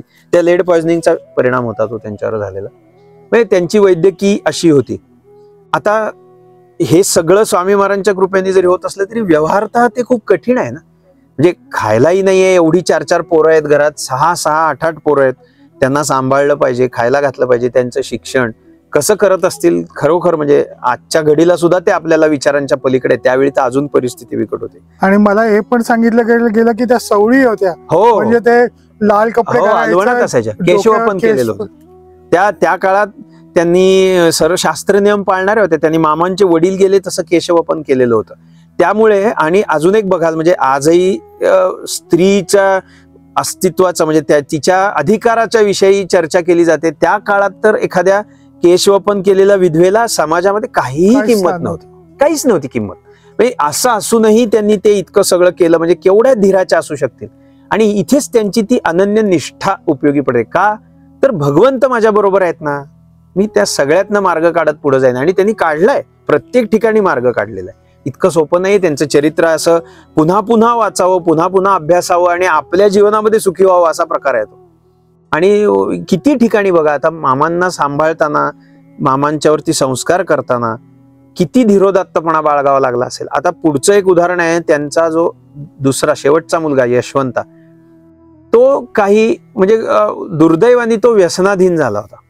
त्यांच्या या सगळ्या घराण्याच्या संस्कारांच्या अगदीच विरुद्ध होतं ते. त्यांनी त्याला समजावून सांगायचा प्रयत्न केला, पण तो काही ऐकायला तयार नव्हता. त्यांनी स्वामी महाराजांच्याकडनं कौल घेतला. स्वामी महाराज म्हणाले हरकत नाही. त्यांनी जो कौल दिला त्या एक दिवशी त्या अशा दारात बसल्या होत्या, उंबऱ्यात बसल्या होत्या, म्हणजे अशा पायरीवर. तो यशवंत आला बाहेरनं, तर त्याला त्या म्हणाले तू सुधारणारेस की नाही. तो काही बोलला नाही. मग मामांनी त्यांना समजावायचा प्रयत्न केला, तर ते मामांना उलटून बोलला तो. त्या क्षणी मातोश्री म्हणाल्या यशवंता, आजपासून तू माझ्यासाठी मेलास, पुन्हा आयुष्यात ह्या घराची पायरी चढू नकोस. आणि इतकंच बोलल्या नाही, त्या पायरीवर बसलेल्या होत्या. त्यांनी मामांना सांगितलं, सख्या म्हणायच्या त्या मामांना, सख्या पाणी तापव माझ्यासाठी म्हणाले. आणि एखादा माणूस घरातला गेल्यानंतर जसं सगळे आंघोळ करतात ना पाण्याने, तशी आंघोळ करून घरात आल्या मुलाच्या नावाने. केवढी हिंमत पाहिजे. परमार्थाच्या आड, आपल्या संस्कारांच्या आड येत असेल तर इतक्या कठोरपणे ते काढून पण टाकता आलं पाहिजे. हा संस्कार त्यांनी त्या मामांवरती त्या प्रसंगाने घडवला प्रत्यक्ष, की किती खंबीर, आपल्या स्वतःच्या ठरवलेल्या गोष्टींसाठी किती खंबीर राहायला पाहिजे, निर्धार किती पाहिजे. तर पोटच्या पोराची सुद्धा माया त्यांनी ठेवली नाही. हे सोपं नाही. आईसाठी कुठल्याही सोपं नाही. म्हणजे किती काही झालं तरी आईचं अंतःकरण मुलांसाठी तुटतं असं म्हणतात. तो कसाही असला तरी आईला तसं वाटत नाही. पण ह्या एवढ्या खंबीर होत्या की त्यांनी त्या मुलाच्या नावाने आंघोळ करून आत आल्या. परत त्यांनी आयुष्यात यशवंताचं नाव घेतलं नाही देह ठेवेपर्यंत, आणि त्याला येऊ पण नाही दिलं परत कधी. इतकं त्या खंबीर असावं लागतं. परमार्थ करायचा, या टोकाला जायचं असेल परमार्थाच्या, तर इतकी तयारी असावी लागते. हे मातोश्रींच्या चरित्रावरनं दिसतं. आणि मामांवरती त्या संस्कार सगळे करतच होत्या, कारण त्यांना तो तसा वरदपिंड आहे आणि तसा घडवायचा हे माहिती होतं. त्यामुळे त्यांनी त्या दृष्टीने मामांवरती जितके परमार्थाचे संस्कार करता येतील ते अगदी लहानपणापासून केलेले होते. त्यातलं एक उदाहरण सांगतो. एकदा एक कीर्तनकार आलेले होते तिथे. तर मातोश्री म्हणाल्या मामांना की त्यांना हा शिधा नेऊन दे. पूर्वीच्या काळामध्ये कीर्तनकारांचा सगळा योगक्षेम लोक सांभाळत असत. म्हणजे त्यांना खायला प्यायला द्यायचं, म्हणजे धान्य विन्य द्यायचं, ते गावोगावी कीर्तन करतील, त्यांचा सगळा सांभाळायचा, शिवाय त्यांना काही धन मिळत असे त्याच्या बदल्यात. तर ते शिधा द्यायला गेले. त्या दिवशी होती एकादशी. ते गेले तेव्हा त्यांच्या पत्नी कांद्याची भजी करत होत्या. ते मामांनी बघितलं की हा सगळ्या जगाला हे सांगतात की उपास करा, हे करा, एकादशी करा, देवांचं हे करा, आणि हे स्वतः कांद्याची भजी खातात. ते भडकले, शिधा घेऊन परत आले. मामांच्या मातोश्री म्हणाले काय झालं, का नाही दिलास. त्याला कशाला द्यायचा म्हणाले, तो जे सांगतो त्याच्यापेक्षा वेगळं वागतो. आता मातोश्रींनी हसल्या आणि म्हणाले अरे तो म्हणतो का मी महात्मा आहे म्हणून. नाही, तो कीर्तनकार आहे ना. तो काय चांगल्या 4 गोष्टी लोकांना सांगतो, त्यातलं चांगलं आपण घ्यायचं. त्याच्या वर्तनाशी आपल्याला काय घेणं देणं आहे म्हणाले. तो काय वागतो त्याचा भाग आहे म्हणाले. आपण फक्त त्याचं, आपण ज्यातनं कशातनं घेता येईल त्यातनं चांगलं फक्त घ्यायचं, वाईट सोडून द्यायचं म्हणाले. तू देऊन ये त्याला परत जाऊन म्हणाले. त्याचं काम आहे, कारण त्यांनी जे काम करतोय त्याच्या बदल्यात आपण ते देतोय ना, ते दे. त्याचं आचरण आपण नाही बघायचं तिथे म्हणाले. म्हणजे इतकं भूमिकेला त्या तयार होत्या. अजून एक उदाहरण सांगतो. लहानपणी जेव्हा मामा लहान असताना, नसरापूरची गोष्ट आहे, एक मुलाला आजारी मूल, लहान मूल अगदी आजारी त्यांच्याकडे घेऊन आले. आता तो भाग नसरापूर वगैरे आज सुद्धा आडवाटेला आहे थोडंसं, जरी हायवेवर असलं तरी आतल्या बाजूला आहे. त्या काळात काय असेल ते 100 वर्षापूर्वी. तर ते तिथे आले आणि ते लहान मुलाचं वेळेला मामांच्या आईनी एक औषध आणायला मामांना पाठवलं दुकानात. कुठल्याही दुकानात ते औषध मिळालं नाही. मामा म्हणाले आई औषध मिळत नाही. मग मातोश्रींनी शांतपणे देवांचं स्मरण केलं आणि गाणगापूरचा अंगारा होता, तो अंगारा त्या मुलाला लावला आणि थोडा अंगारा देऊन सांगितलं की आईच्या दुधात खालून तो अंगारा त्याला चाटवा, ते बरं होईल मग. आणि खरोखर त्यांनी त्या मुलावरती फरक पडला. ते मृत्यूच्या दाढेतनं सुटलं. पण दुसऱ्या दिवशी सकाळी मामांना त्यांनी पुन्हा पाठवलं दुकानात, जा औषध घेऊन येते म्हणून. तर मामा म्हणाले आता कशाला औषध घेऊन यायचं, झालं की काम आपलं. नाही म्हणत, काल दुसरा पर्याय नव्हता म्हणून अंगारा दिला. जेव्हा औषध उपलब्ध आहे तेव्हा औषधच द्यायचं. तेही भगवंतांनीच निर्माण केलेलं आहे ना. भगवंतांवर उगच जडभार नाही घालायचा. जिथे काहीच आधार नसेल तिथे देवांवरती जडभार घालायचा. आता हे किती महत्वाचं सूत्र त्यांनी सांगितलं. आज आपल्याकडे म्हणजे काटा टोचला तर देवा मला वाचवा असं म्हणतात. अरे काटा टोचला तर काढून टाका. त्याच्यावरती औषधोपचार माहिती आहेत तुम्हाला. म्हणजे ज्या ठिकाणी आपण आपले प्रयत्न करून त्या दुःखातनं संकटातनं बाहेर पडू शकतो तिथं देवांना नाही जडभार घालायचा. हे मामांना मातोश्रींनी शिकवलं की. आणि दुसऱ्या दिवशी जेव्हा ते औषध बघायला गेले तेव्हा ते औषध लगेच मिळालं. ते औषध आणून दिल्यावर मातोश्रींनी त्याचं ते औषध तयार केलं आणि मामांना पाठवलं. नायगाव म्हणून छोट्याशा गावातली लोक होती ती नसरापूरच्या जवळची. नायगावला पाठवून मामांना त्यांनी ते औषध द्यायला लावलं त्या मुलाला की आता औषध आहे ना, औषध खायचं औषधाच्या वेळेला, उगाच देवांवर जडभार नाही घालायचा. म्हणजे मामा त्याच्यावरनं म्हणायचे की, म्हणजे विनोदाने असं त्यांनी एका प्रवचनात सांगितलंय की डास मारायला महाकालीची उपासना करावी लागत नाही म्हणाले, त्याच्यासाठी चप्पल पुरते म्हणाले डास मारा. म्हणजे असं ज्याच्यासाठी जे केलं पाहिजे तेच केलं पाहिजे. तसं ते त्यांना मातोश्रींनी असे संस्कार केले मामांवर. आता ज्या ज्योतिषाचा संस्कार, त्यांना उत्तम ज्योतिष मामांना शिकवलं, पण आधी काय करायला लावलं, स्वतःची पत्रिका फाडायला लावली. ते म्हणाले तुझी पत्रिका काढ आणि फाडून टाक, आयुष्यात परत स्वतःची पत्रिका बघायची नाही. मामांनी कधीही स्वतःची पत्रिका बघितली नाही. आश्चर्य म्हणजे मामांजवळ पत्रिका पण नव्हती फाडून टाकलेली असल्यामुळे. मामांची जी पत्रिका तयार केली ती शिरीषदादा त्यांच्याकडे आल्यानंतर त्यांनी त्यांची सगळी लक्षणं पाहून, ती शरीराची लक्षणं आणि त्यांच्या त्या याची म्हणजे दिव्य ह्यांनी लक्षणांवरनं पत्रिका तयार केली, त्याच्यावरचा एक स्वतंत्र त्यांचा लेखही प्रकाशित झालेला आहे, सद्गुरु स्मरणी ग्रंथात आहे तो. तर ते नंतर झालेला आहे. म्हणजे ते मामांची पत्रिका उपलब्धच नव्हती. त्यांना पहिलं सांगितलं की काहीतरी त्याग केल्याशिवाय काहीतरी मिळत नाही, तू तुझं त्याग कर, मग तुला ज्योतिषाचं ज्ञान मिळेल. आणि मामांची एवढी तयारी होती लहानपणीच की समोर आलेला माणूस नुसता समोर आलेला बघून ते त्याचं पत्रिका मांडू शकत असत त्या क्षणी, इतकी त्यांची तयारी होती. पण त्यातही त्यांनी सांगितलं होतं की इथून पुढे 12 वर्ष कोणालाही होरा सांगायचा नाही. 12 वर्ष फक्त अभ्यास करायचा, शास्त्राचा अभ्यास करायचा, फक्त ते पूर्ण आत्मसात करायचं, आणि मग 12 वर्षानंतर तू सांगायला हरकत नाही. त्यातही त्यांनी सांगून ठेवलं की बघ, 2 गोष्टी सांभाळायच्या. एक, कोणाचाही मृत्यू समोर दिसला तरी सांगायचा नाही, कारण तो भगवंतांचा अधिकार आहे, त्यांच्या ह्याच्यातला अखत्यारीतली गोष्ट आहे, मृत्यू बोलायचा नाही. आणि कितीही दुःखाची, कितीही बिकट परिस्थिती असली तर त्याला आधार देऊन काहीतरी उपासना द्यायची की जेणेकरून तो त्या दुःखाच्या ह्याच्यातनं बाहेर पडेल. म्हणजे तोडून सांगायचं नाही, गोड भाषेत त्याला समजेल. जरी त्याची परिस्थिती बिकट दिसते आपल्याला, आता पुढे याच्या आयुष्यात काहीतरी वाईट घडणार आहे, तरी पण त्याला आधार देऊन त्यातनं बाहेर कसा येईल तो याचा विचार करायचा, मदत करायची त्याला. आणि दुसरी महत्वाची गोष्ट म्हणजे मातोश्री स्वतः करत होत्या ते, आणि मामाही तेच करत होते. वैद्यकी आणि ज्योतिष या दोन्ही विद्यांचा कसलाही मोबदला घ्यायचा नाही. त्यांनी घेतला नाही शेवटपर्यंत. मामांनी अजूनही मामांची औषधांची जी काही प्रक्रिया आहे, मामांची जी औषधं दिली जातात त्यांच्याही काही मोबदला घेतला जात नाही. ते मामांनीच ती पद्धत घालून दिलेली आहे. मामांनी पण कधीही वैद्यकी आणि ज्योतिष या दोन्ही गोष्टींच्या बाबतीत पैसाच नाही, मोबदलाच घेतला नाही कसलाही. आणि मामा एवढंच नाही, मामांनी नंतर अलीगड युनिव्हर्सिटीचं त्यांच्याकडे वैद्यभूषण पदवी आहे. म्हणजे हे जरी शिक्षण त्यांचं राहिलेलं असलं तरी पुढे त्यांनी वैद्यभूषण म्हणजे रितसर वैद्यकीचं त्यांना पदविका मिळालेली होती. वैद्यभूषण अशी पदवी, त्याचं सर्टिफिकेट पण आहे. मामा जेव्हा राजकोटला राहत होते तेव्हाच आहे. त्यामुळे ते उत्तम वैद्य होते. त्यांनी जन्मभर मातोश्रींचे काही वैद्यकीचे त्यांच्यावरती आलेले काही म्हणजे तोडगी औषधं म्हणजे होती त्यांची घराण्यात आलेली. मामांनी स्वतःच्या अभ्यासाने पण खूप चांगली चांगली औषधं तयार केली आणि उत्तम त्याचा अनुभव आहे ते. पण ह्या वैद्यकी आणि ज्योतिषाची ही पथ्य म्हणजे मातोश्रींनी सगळी विद्या दिली, पथ्यांबरोबर दिली. त्याचं प्रत्येक पथ्य त्यांनी पाळायला सांगितलं आणि मामांनीही जन्मभर ते पथ्य पाळलं. तेव्हाच मातोश्रींनी त्यांना ज्ञानेश्वरीची पण सेवा दिलेली होती. आणि त्यावेळी त्यांनी सांगितलं होतं की जेव्हा तुझी ज्ञानेश्वरीच्या अभ्यासाची पूर्णता होईल, पूर्णता म्हणजे एक लिमिट पर्यंत, कारण मामा म्हणायचे ज्ञानेश्वरी हे ईश्वरी ज्ञान आहे, त्यामुळे ते पूर्ण आत्मसात कुणालाच होऊ शकत नाही, ईश्वराचंच आहे ते सगळं. त्यामुळे ते सतत नवीन शिकलत जातं त्यातनं. आणि हीच तर त्यांच्या विद्येची मोठी खुबी होती, वैशिष्ट्य होतं की ते सदैव अभ्यासू भूमिकेने ज्ञानेश्वरीकडे पाहत होते. त्यांची विद्यार्थी वृत्ती कधी संपली नाही. आणि हेही त्यांना मातोश्रींनीच त्यांना शिकवलेलं तत्व होतं की सदैव आपण विद्यार्थी असलं पाहिजे, नवीन नवीन सतत ग्रहण केलं पाहिजे. तर त्यामुळे त्यांच्या ठिकाणी अद्भुत ज्ञानेश्वरीचं ज्ञान होतं. पण त्याच्या अभ्यासाचं पण एक त्यांनी पथ्य त्यांना सांगितलं होतं की जसं जसं तू त्या ज्ञानेश्वरीची माऊलींच्या कृपेने तुला आतून ज्ञानेश्वरी स्फुरेल, तेव्हा तुझं आपोआपच ज्योतिषाचं स्फुरण संपेल म्हणजे कमी होईल. असं संपत नाही, ते त्यांची विद्याच होती ती.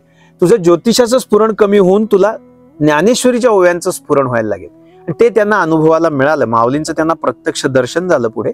आणि मग त्यातून त्यांना ते ज्योतिष स्फुरण म्हणजे त्यांना दिसतच असे ना, सगळं समोर व्यक्ती आली की तिचं भूत भविष्य सगळं डोळ्यासमोरच दिसायला लागायचं. ते कमी होऊन त्यांना ज्ञानेश्वरीचे अर्थ सुचायला लागले. पण ही माऊलींची त्यांच्यावरची कृपा होती, मातोश्रींची कृपा होती, तरी पण त्यांना अभ्यास करायला लावला होता त्यांनी. तो कसा करायला लावला होता ते पण खूप महत्वाचं आहे. आता मी हे शिष्य घडणीच्या याच्यातले भाग सांगतोय, त्यांच्या निष्ठेचा भाग सांगून झालाच, पण आता हा भाग की त्यांना सांगितलं की एका तासामध्ये 300 ओव्या ज्ञानेश्वरीच्या वाचायच्या. ते बरोबर 300 ओव्या वाचून होतात एका तासात सलग. मग एक तसं पारायण झाल्यानंतर तेवढ्याच वेळात 150 ओव्या वाचायच्या. म्हणजे एका तासात 150 ओव्या वाचायच्या. मग त्याच्या निम्म्या 75, त्याच्या निम्म्या असं करत करत एका तासात एकच ओवी वाचायची. म्हणजे एका ओवीचं 1 तास चिंतन करायचं. ही प्रक्रिया त्यांना मातोश्रींनी ती विद्या घालून दिली होती. आणि त्याचा फायदा असा झाला, पुढे प्रवचनांचीच तयारी झाली ना त्यांची. एका ओवीवर एक प्रवचन 1 तास करण्याची तयारी आपोआपच चिंतनाची झाली. आणि त्यांचं ते इतकं सखोल चिंतन होतं मामांचं की एकाच ओवीवर ते अनेक ठिकाणी अनेक प्रकारे बोलत असत. म्हणजे एक विषय त्यांनी परत कधी तो मांडला नाही. तोच ज्ञानेश्वरीची तीच ओवी, तोच सिद्धांत, पण ते इतक्या विविध अँगलनी मांडत असत. त्यांची ती विलक्षण प्रतिभा होती त्या बाबतीत. माऊलींच्या सामर्थ्याचे म्हणजे माऊलींच्या शब्दांचं जे अंतरंग रहस्य होतं ते मामांना फार खोलवर समजलेलं होतं. असं म्हणजे इतके अभ्यासू विभूतिमत्व फार कमी असणार आहे असं, एवढी माऊलींची कृपा नाही कोणावर. त्याची जी सगळी सुरुवात झाली ती मातोश्रींच्या प्रयत्नातनं झालेली. ती अशी, त्याही आधी त्यांनी अजून एक त्यांना सांगितलं की ज्ञानेश्वरीची भाषा ही त्या मानाने प्राचीन आहे. त्यातल्या त्यात जवळची भाषा आहे दासबोधाची आपल्याला. आणि दासबोध हा प्रपंचापासून सुरू करणारा असल्यामुळे त्याचं आधीच ज्ञान घेतलं गेलं पाहिजे. त्यामुळे त्यांनी आधी दासबोधाचा अभ्यास करायला लावला. मग त्या प्रपंचाच्या ज्ञानातून भक्तीची भूमिका समजण्यासाठी म्हणून एकनाथी भागवताचा अभ्यास करायला लावला. आणि त्यातून मग पुढे ज्ञानाची भूमिका पक्की होण्यासाठी म्हणून मग ज्ञानेश्वरीचा अभ्यास. मग हा क्रम मामा पुढेही सांगत असत. म्हणजे ज्याला परमार्थाचा अभ्यास करायचा आहे, तत्वज्ञानाचा, त्यांनी या क्रमाने करावा. आधी दासबोधाचा अभ्यास, मग एकनाथी भागवताचा अभ्यास आणि मग ज्ञानेश्वरीचा अभ्यास. असं ते क्रमाने मग ती आपल्याला ती भाषेची पण जाण चांगली येत जाते, त्या काळातल्या शब्दप्रयोगांची पण जाण येत जाते आणि त्यातलं रहस्य आकलन होत जातं. कारण ह्या क्रमाने ते समजून घेतलं. तर मामांनी स्वतःही तसं समजून घेतलं. ही ती त्यांची अभ्यासाची पद्धत. मामांनी जवळपास म्हणजे 12-13 वर्ष मातोश्रींनी तसा अभ्यास करून घेतला. आणि मग मामा उत्तम प्रवचनकार म्हणा किंवा रहस्य सांगणारे प्रवचनकार असं होतं. ते अंतरंग रहस्य सांगत. त्यांनी कधी बाहेरच्या कोणाचा संदर्भ घेतला नाही. त्याच्यासाठी काही गरजच नव्हती. माऊली जे सांगतात तेच इतक्या नवनवोन्मेष त्यांच्या अंतःकरणात प्रकट होत होते की त्यांना त्याची काही कधी अडचण आली नाही. ते खूप वेगळ्या अँगलनी सांगायचे. पण त्याची सगळी सुरुवात मातोश्रींपाशी होती. आता तुम्हाला उदाहरण सांगतो की ते कसं समजावून सांगायच्या. तर प्रत्येक गोष्टीला त्यांनी प्रॅक्टिकल दाखवलं त्यांना. कारण हे मामा बुद्धिवादी होते असे, म्हणजे अनुभवाने पटलं पाहिजे. तर आता जशी एक माऊलींची ओवी आहे की ते चंद्रामृताचे तळे कानवडोनी मिळे शक्तिमुखी, अशी योगशास्त्राचं शक्तिपाताच्या प्रक्रियेतला एक भाग सांगताना माऊली म्हणतात. तर ते चंद्रामृताचं जे आज्ञाचक्राच्या वरच्या बाजूला सहस्राराच्या खाली जे चंद्रामृत आहे त्याचं तळ कानवडतं म्हणजे वाकडं होतं आणि त्याचा शक्तीच्या मुखामध्ये अमृताचा स्राव होतो. असं ते हे कसं होतं तर तुम्ही पाहिलं असेल, एक पूर्वी आमटी वाढायचं एक ओघराळ असं, चोचीचं ओघराळ असायचं, त्याला कावळा म्हणतात. असं गोल ओघराळ्याने अशी पुढे चोच असते, म्हणजे बरोबर ती आमटी वाटीत वाढता न सांडता. कारण नुसत्या ओघराळ्याला धार नीट येत नाही म्हणून त्याला असं चोचीचं ओघराळ असतं. ते लहान मुलांच्यासाठी असायचं. हा ते तसं ते छोटं आणि ह्याचा कावळा मोठा असतो तो, म्हणजे त्याला दांडा असतो. तर त्या कावळा त्यांनी भरून आणायला लावला. तो काठोकाठ भरून आण म्हणाले.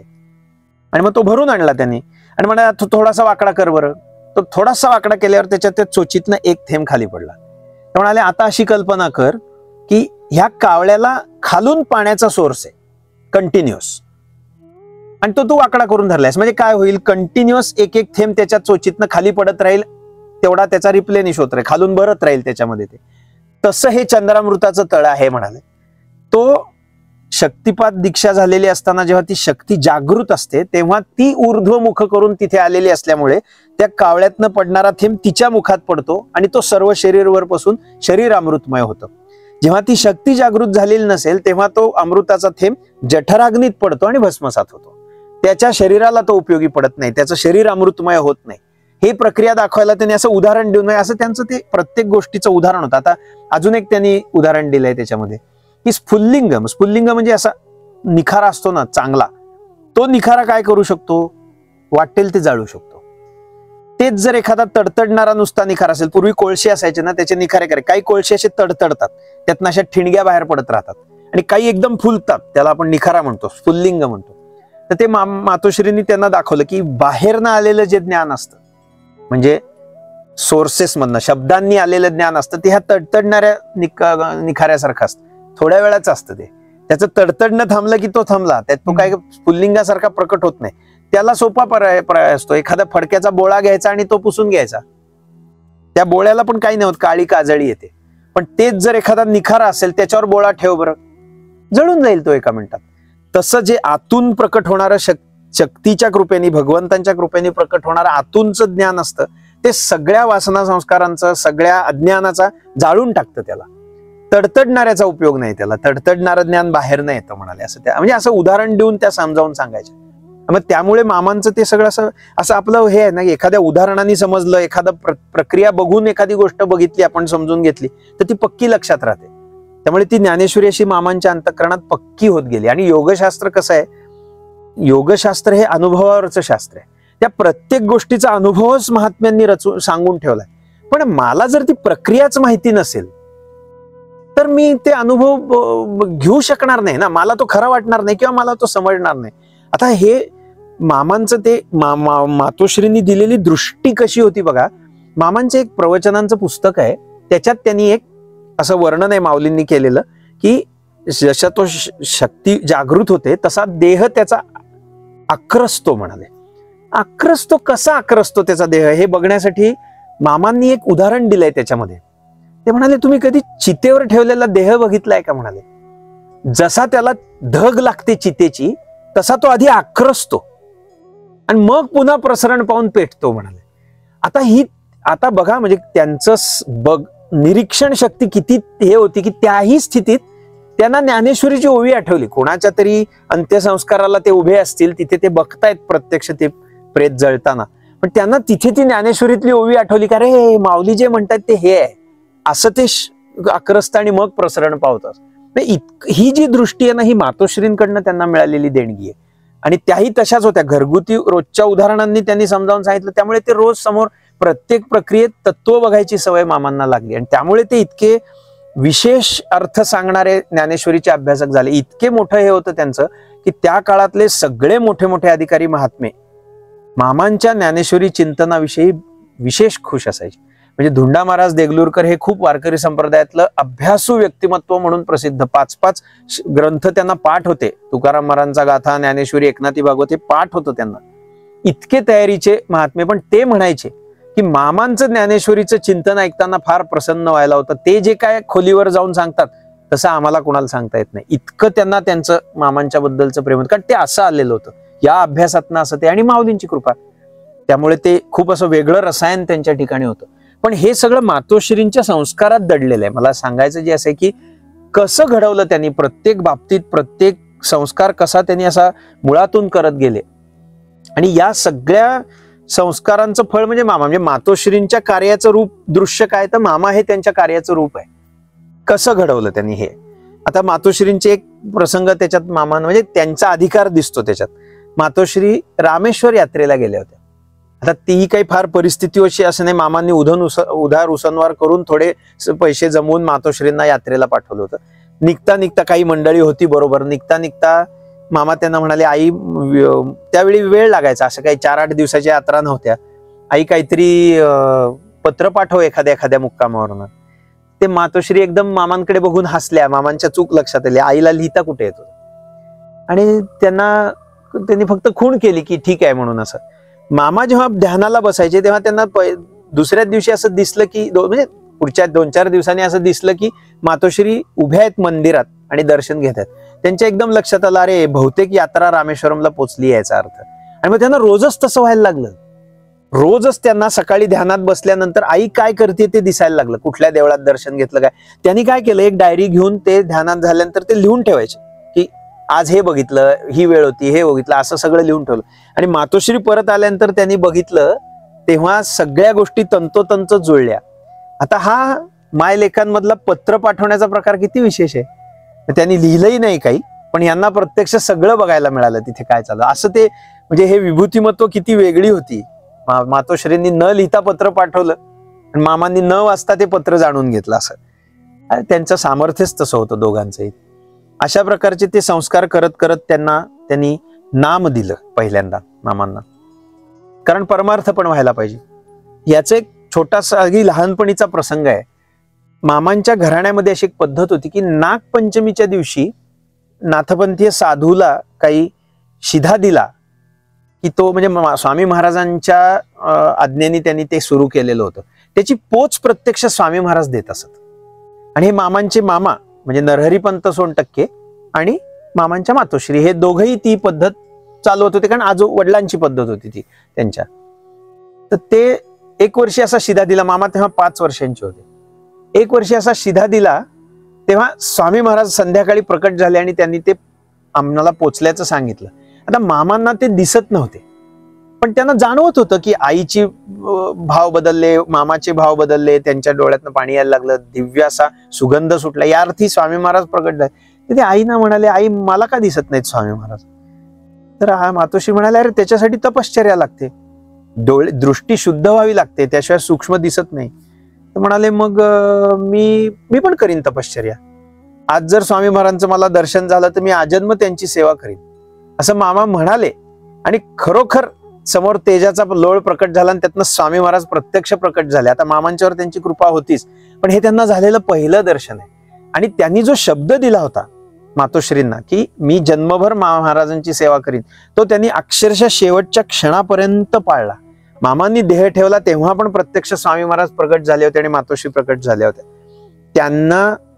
त्यांनी शब्द दिला की मी आजन्म महाराजांची सेवा करेन. आजन्म त्यांनी महाराजांची सेवा केली. आणि इतकी की ते पाणी सुद्धा, म्हणजे जसं टेंबे स्वामी महाराज दत्तप्रभूंच्या आज्ञेशिवाय पाणी सुद्धा पित नसत, तसं अक्कलकोटच्या स्वामी महाराजांच्या आज्ञेशिवाय मामा पाणी सुद्धा पित नसत. प्रत्येक गोष्ट स्वामी महाराजांच्या आज्ञेने करायचे. ते इतकं होतं की ताई सांगायच्या, मी त्यांना असं बघितलंय की कुठेतरी गावाला जायचंय, जीपमध्ये सगळं सामान ठेवलंय, हे उठायला तयार नाहीत. तर मामांना ताईंनी विचारलं, मामा काय झालं. अजून महाराजांची आज्ञा नाही. सगळी तयारी झाली, निरोप झालाय जायचं. शेवटी महाराजांना म्हणाले आज नाही जायचं. मातोश्री ताईंना त्यांनी सांगितलं निरोप द्या, सगळं सामान परत काढा. म्हणाले आज नाही जायचं.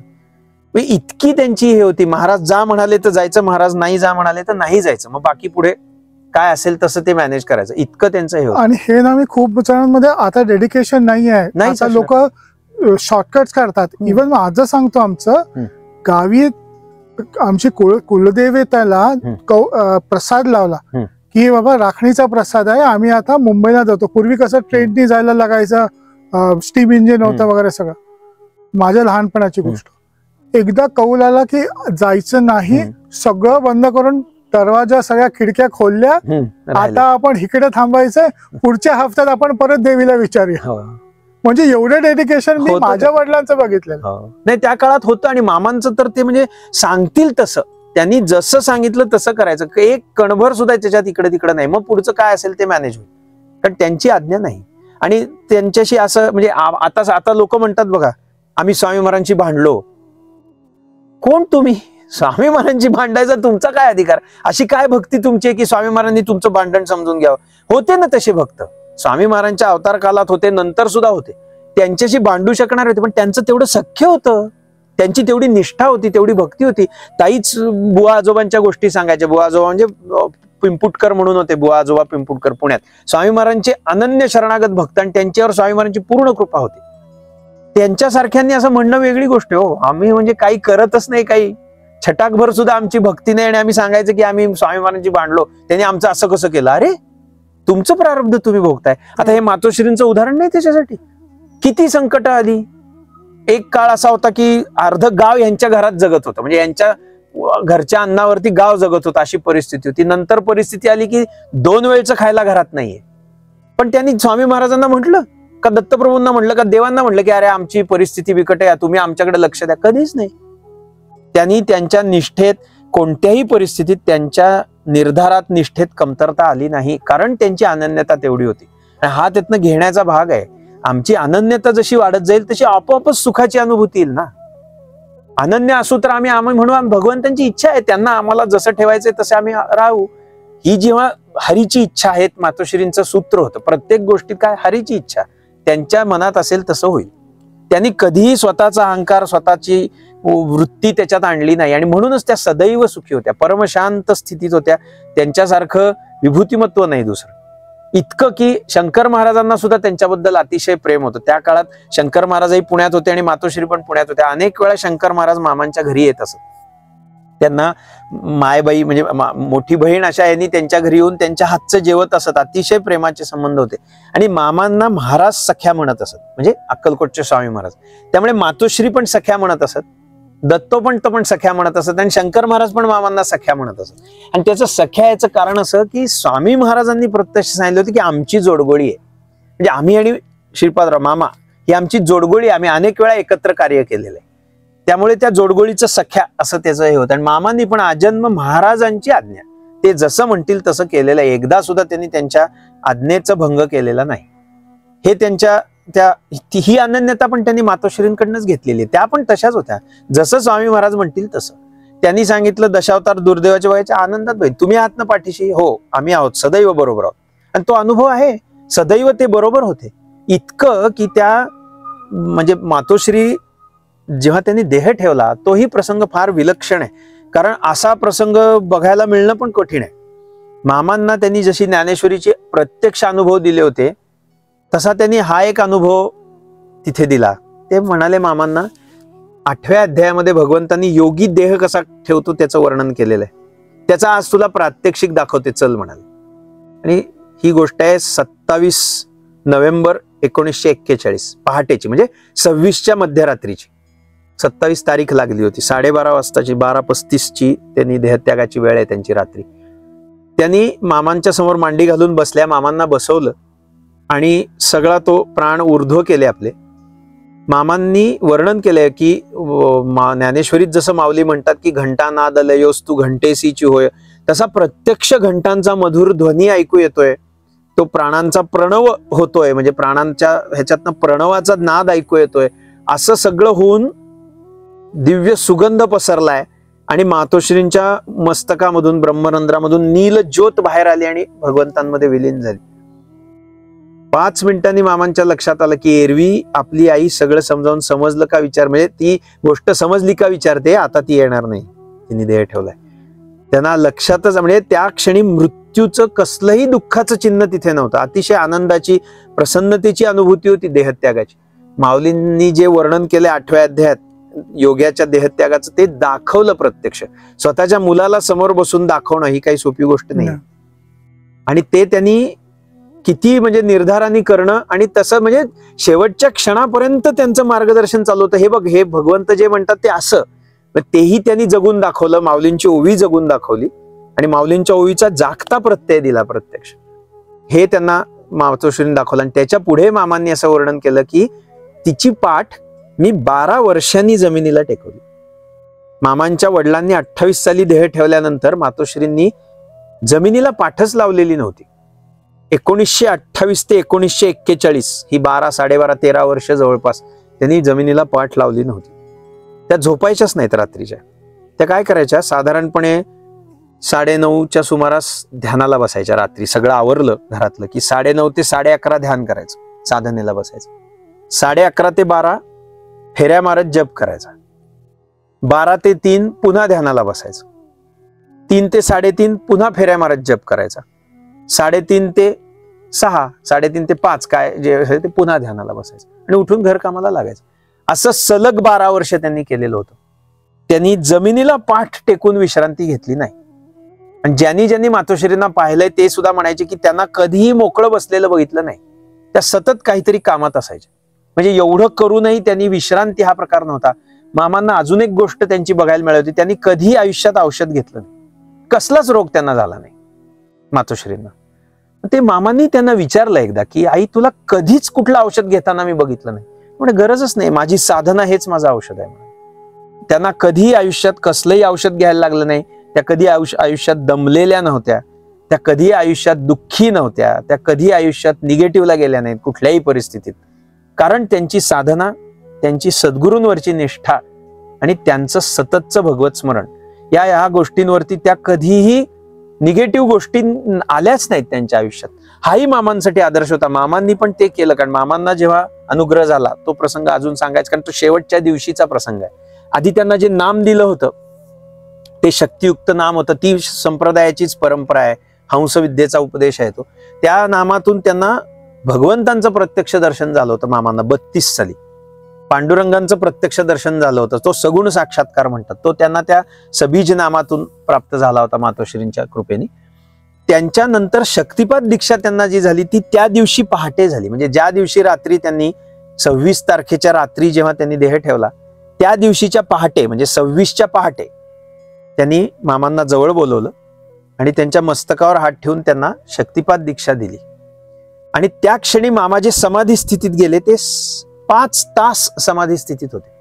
5 तासांनी ते त्या समाधी स्थितीतनं जागे झाले आणि त्यांची पूर्ण म्हणजे बदललेलेच होते ते पूर्ण. आधीच त्यांना सगुण साक्षात्कार झालेला होता, तिथे तो निर्गुण साक्षात्कारही त्या क्षणी झाला, समाधी स्थितीतच गेले ना ते. मग त्यांना मातोश्रींनी तिथे सांगितलं होतं की संप्रदायाप्रमाणे, गुरुचरित्राप्रमाणे किंवा वैदिक परंपरेप्रमाणे मी तुला शक्ती देऊ शकते, अनुग्रह देऊ शकते, पण मंत्र देऊ शकत नाही. मंत्राची मला प्राप्ती झाली, पण मंत्र देण्याचा अधिकार स्त्रीला नाही आहे. शक्ती देण्याचा अधिकार स्त्रीला आहे, ती कृपा करू शकते.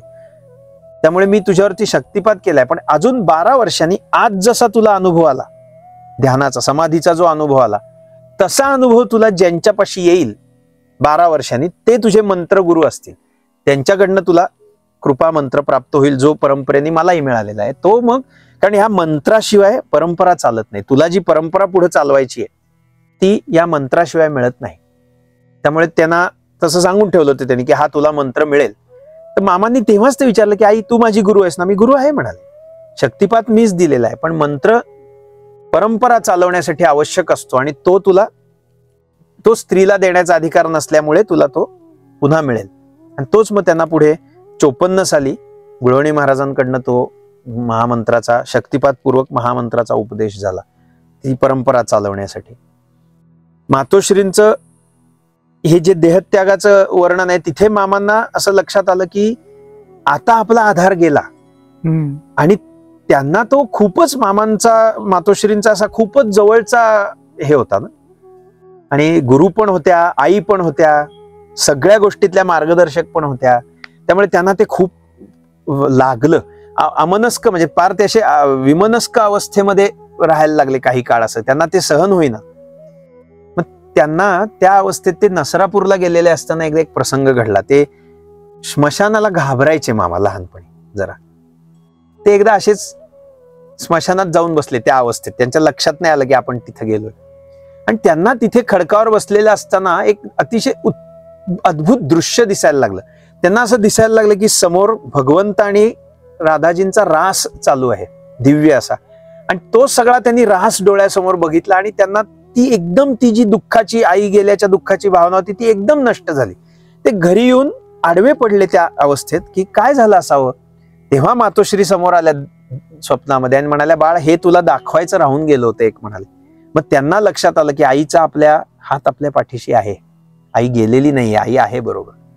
त्याचं अजून एक उदाहरण झालं ते म्हणजे मातोश्रींचे जे और्ध्वदेहिक झालं, त्या और्ध्वदेहिकाच्या 10व्या दिवशी त्यांच्या पिंडाला कावळा शिवेना. आता लोकांना आश्चर्य वाटलं की ज्यांच्या जिवंतपणीच कसल्या वासना शिल्लक नव्हत्या, त्यांच्या पिंडाला कावळा कसा काय शिवत नाहीये. ते मामांच्या गोष्ट लक्षात आली. ते मामा जवळ आले आणि म्हणाले, बगाराम म्हणायचे ते त्यांना, मामांना. लहानपणी त्यांना बगाराम म्हणलं जायचं आणि घरात सख्या म्हणायचे, बगाराम तुझ्या मनात काहीतरी आलेलं दिसतंय म्हणाले. त्याचं असं झालं होतं, मामांचं मातोश्रींनी त्यांच्या हयातीत एक लग्न करून दिलं होतं. ती पत्रिका मामांच्या भाऊजाईची म्हणजे मामांची जी मामी होती त्या मामीची भाची होती ती. मातोश्रींनी त्यांच्या शब्द दिला की तुमच्या मुलीशी आमच्या मुलाचं लग्न आम्ही करू. आणि मामा आले नोकरीवरनं. मामा मातोश्रींनी सांगितलं मी तुझं लग्न ठरवलेलं आहे. मामांचा पिंडच संन्यासाचा होता, ते मूळचे संन्यासीच होते पूर्वजन्मीचे. ते म्हणले कशासाठी? ते म्हणे नाही, तुझ्या प्रारब्धात लग्नाचा योग आहे, कर्म भोगूनच संपवली पाहिजेत, कर्म टाळायची नाहीत. ठीक आहे म्हणाले. ते मातोश्रींच्या शब्दाबाहेर ते नव्हते. त्यांनी पत्रिका बघितली, अभ्यास होता. ते म्हणाले आई ही मुलगी तर अल्पायुष्य आहे. हो म्हणाले आम्हाला माहिती आहे.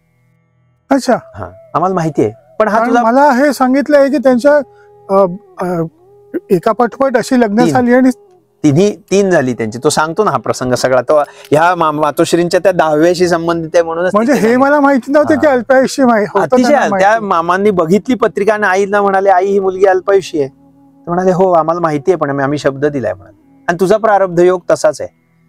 त्यांचं लग्न झालं मामांचं. इंदिरा त्यांचं नाव होतं, आणि बोपर्डीकरांची बबी त्यांचं माहेरचं नाव. बबी बोपर्डीकर नातेवाईकच होत्या घरची. इंदिरा नावाने त्या देशपांड्यांच्या घरात आल्या. मातोश्रींनी छान संस्कार केले त्यांच्यावरती. त्या पहिल्या बाळणपणात त्यांना मुलगा झाला 2 वर्षांनी, आणि त्या बाळणपणातच त्या गेल्या, आणि पुत्रही गेला त्यांचा तो मामांचा. आता तर पाशही गेले होते. मातोश्रींनी सांगितलं होतं प्रारब्ध आहे, त्यामुळे प्रारब्ध योग म्हणून त्यांनी आता झालं म्हणाले. मातोश्री म्हणाल्या नाही, तुझा एवढाच नाहीये प्रारब्ध योग, एक संतती जगणार आहे तुझी म्हणाले, वंश तुझा चालणार आहे तोपर्यंत तुझा प्रारब्ध योग आहे म्हणाले, त्यामुळे पुन्हा लग्न करायचंय तुला. ते इतके ते असे संन्यासाच्या भूमिकेचे होते. पण ते मातोश्री ठीक आहे म्हणे. किती हे असावं, मातोश्रींनी देह ठेवायच्या अक्षरशः आदल्या दिवशी मामांचं दुसरं लग्न ठरवलं होतं. ते जाऊन भोरला ठरवून आल्या होत्या तेही त्या मुलीचं पत्रिका बघितली मामांनी. मामा म्हणले आई ही पण मुलगी अल्पायुषी आहे म्हणाले. हो आहे अल्पायुषी म्हणाले, पण तुझं प्रारब्ध आहे कर. त्याच्या दुसऱ्या दिवशी मातोश्रींनी देह ठेवला. त्या ज्या शांताबाई त्यांचं नाव होतं, शांता, त्यांच्याशी लग्न झालं. ते जे लग्न ठरवून आल्या होत्या ना, त्याच्यानंतर देह ठेवला ना. मामांचा आता काय डोक्यात आला, आता आई नाहीये, आता कशाला करायला पाहिजे हे दुसरं लग्न, त्यामुळे तो कावळा शिवेना तिथे. आणि मामांना ते माहिती होतं, तेही अधिकारीच होते, स्वामी महाराजांची त्यांच्यावर कृपा होती. त्यांनी येऊन सांगितलं तू शब्द दे तिथं पिंडाला की वंश चालेपर्यंत मी ही सगळी प्रक्रिया चालू ठेवीन, असा शब्द दे.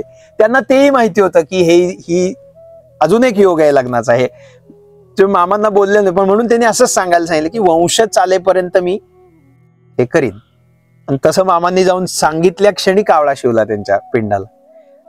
लगेचच त्यांचे दिवस झाल्यानंतर लगेचच मामांचं ते लग्न झालं शांताबाईंचे. आणि त्यांचं पण नाव इंदिराच ठेवलं होतं, लक्ष्मी ठेवलं होतं माहेरचं, म्हणजे लग्न झाल्यानंतर. आणि त्याही पहिल्याच बाळणपणात गेल्या, ते दुसरी पत्नी म्हणजे त्यांची. आणि मग तिसरं त्यांचा आता नियम असा आहे शास्त्रांचा की तिसरं लग्न रुईशी करतात, रुईच्या झाडाशी करतात. ते अपशकुनी मानतात तिसरं लग्न होऊ नये म्हणून, म्हणजे पत्नीसाठी म्हणून तिसरं झालं.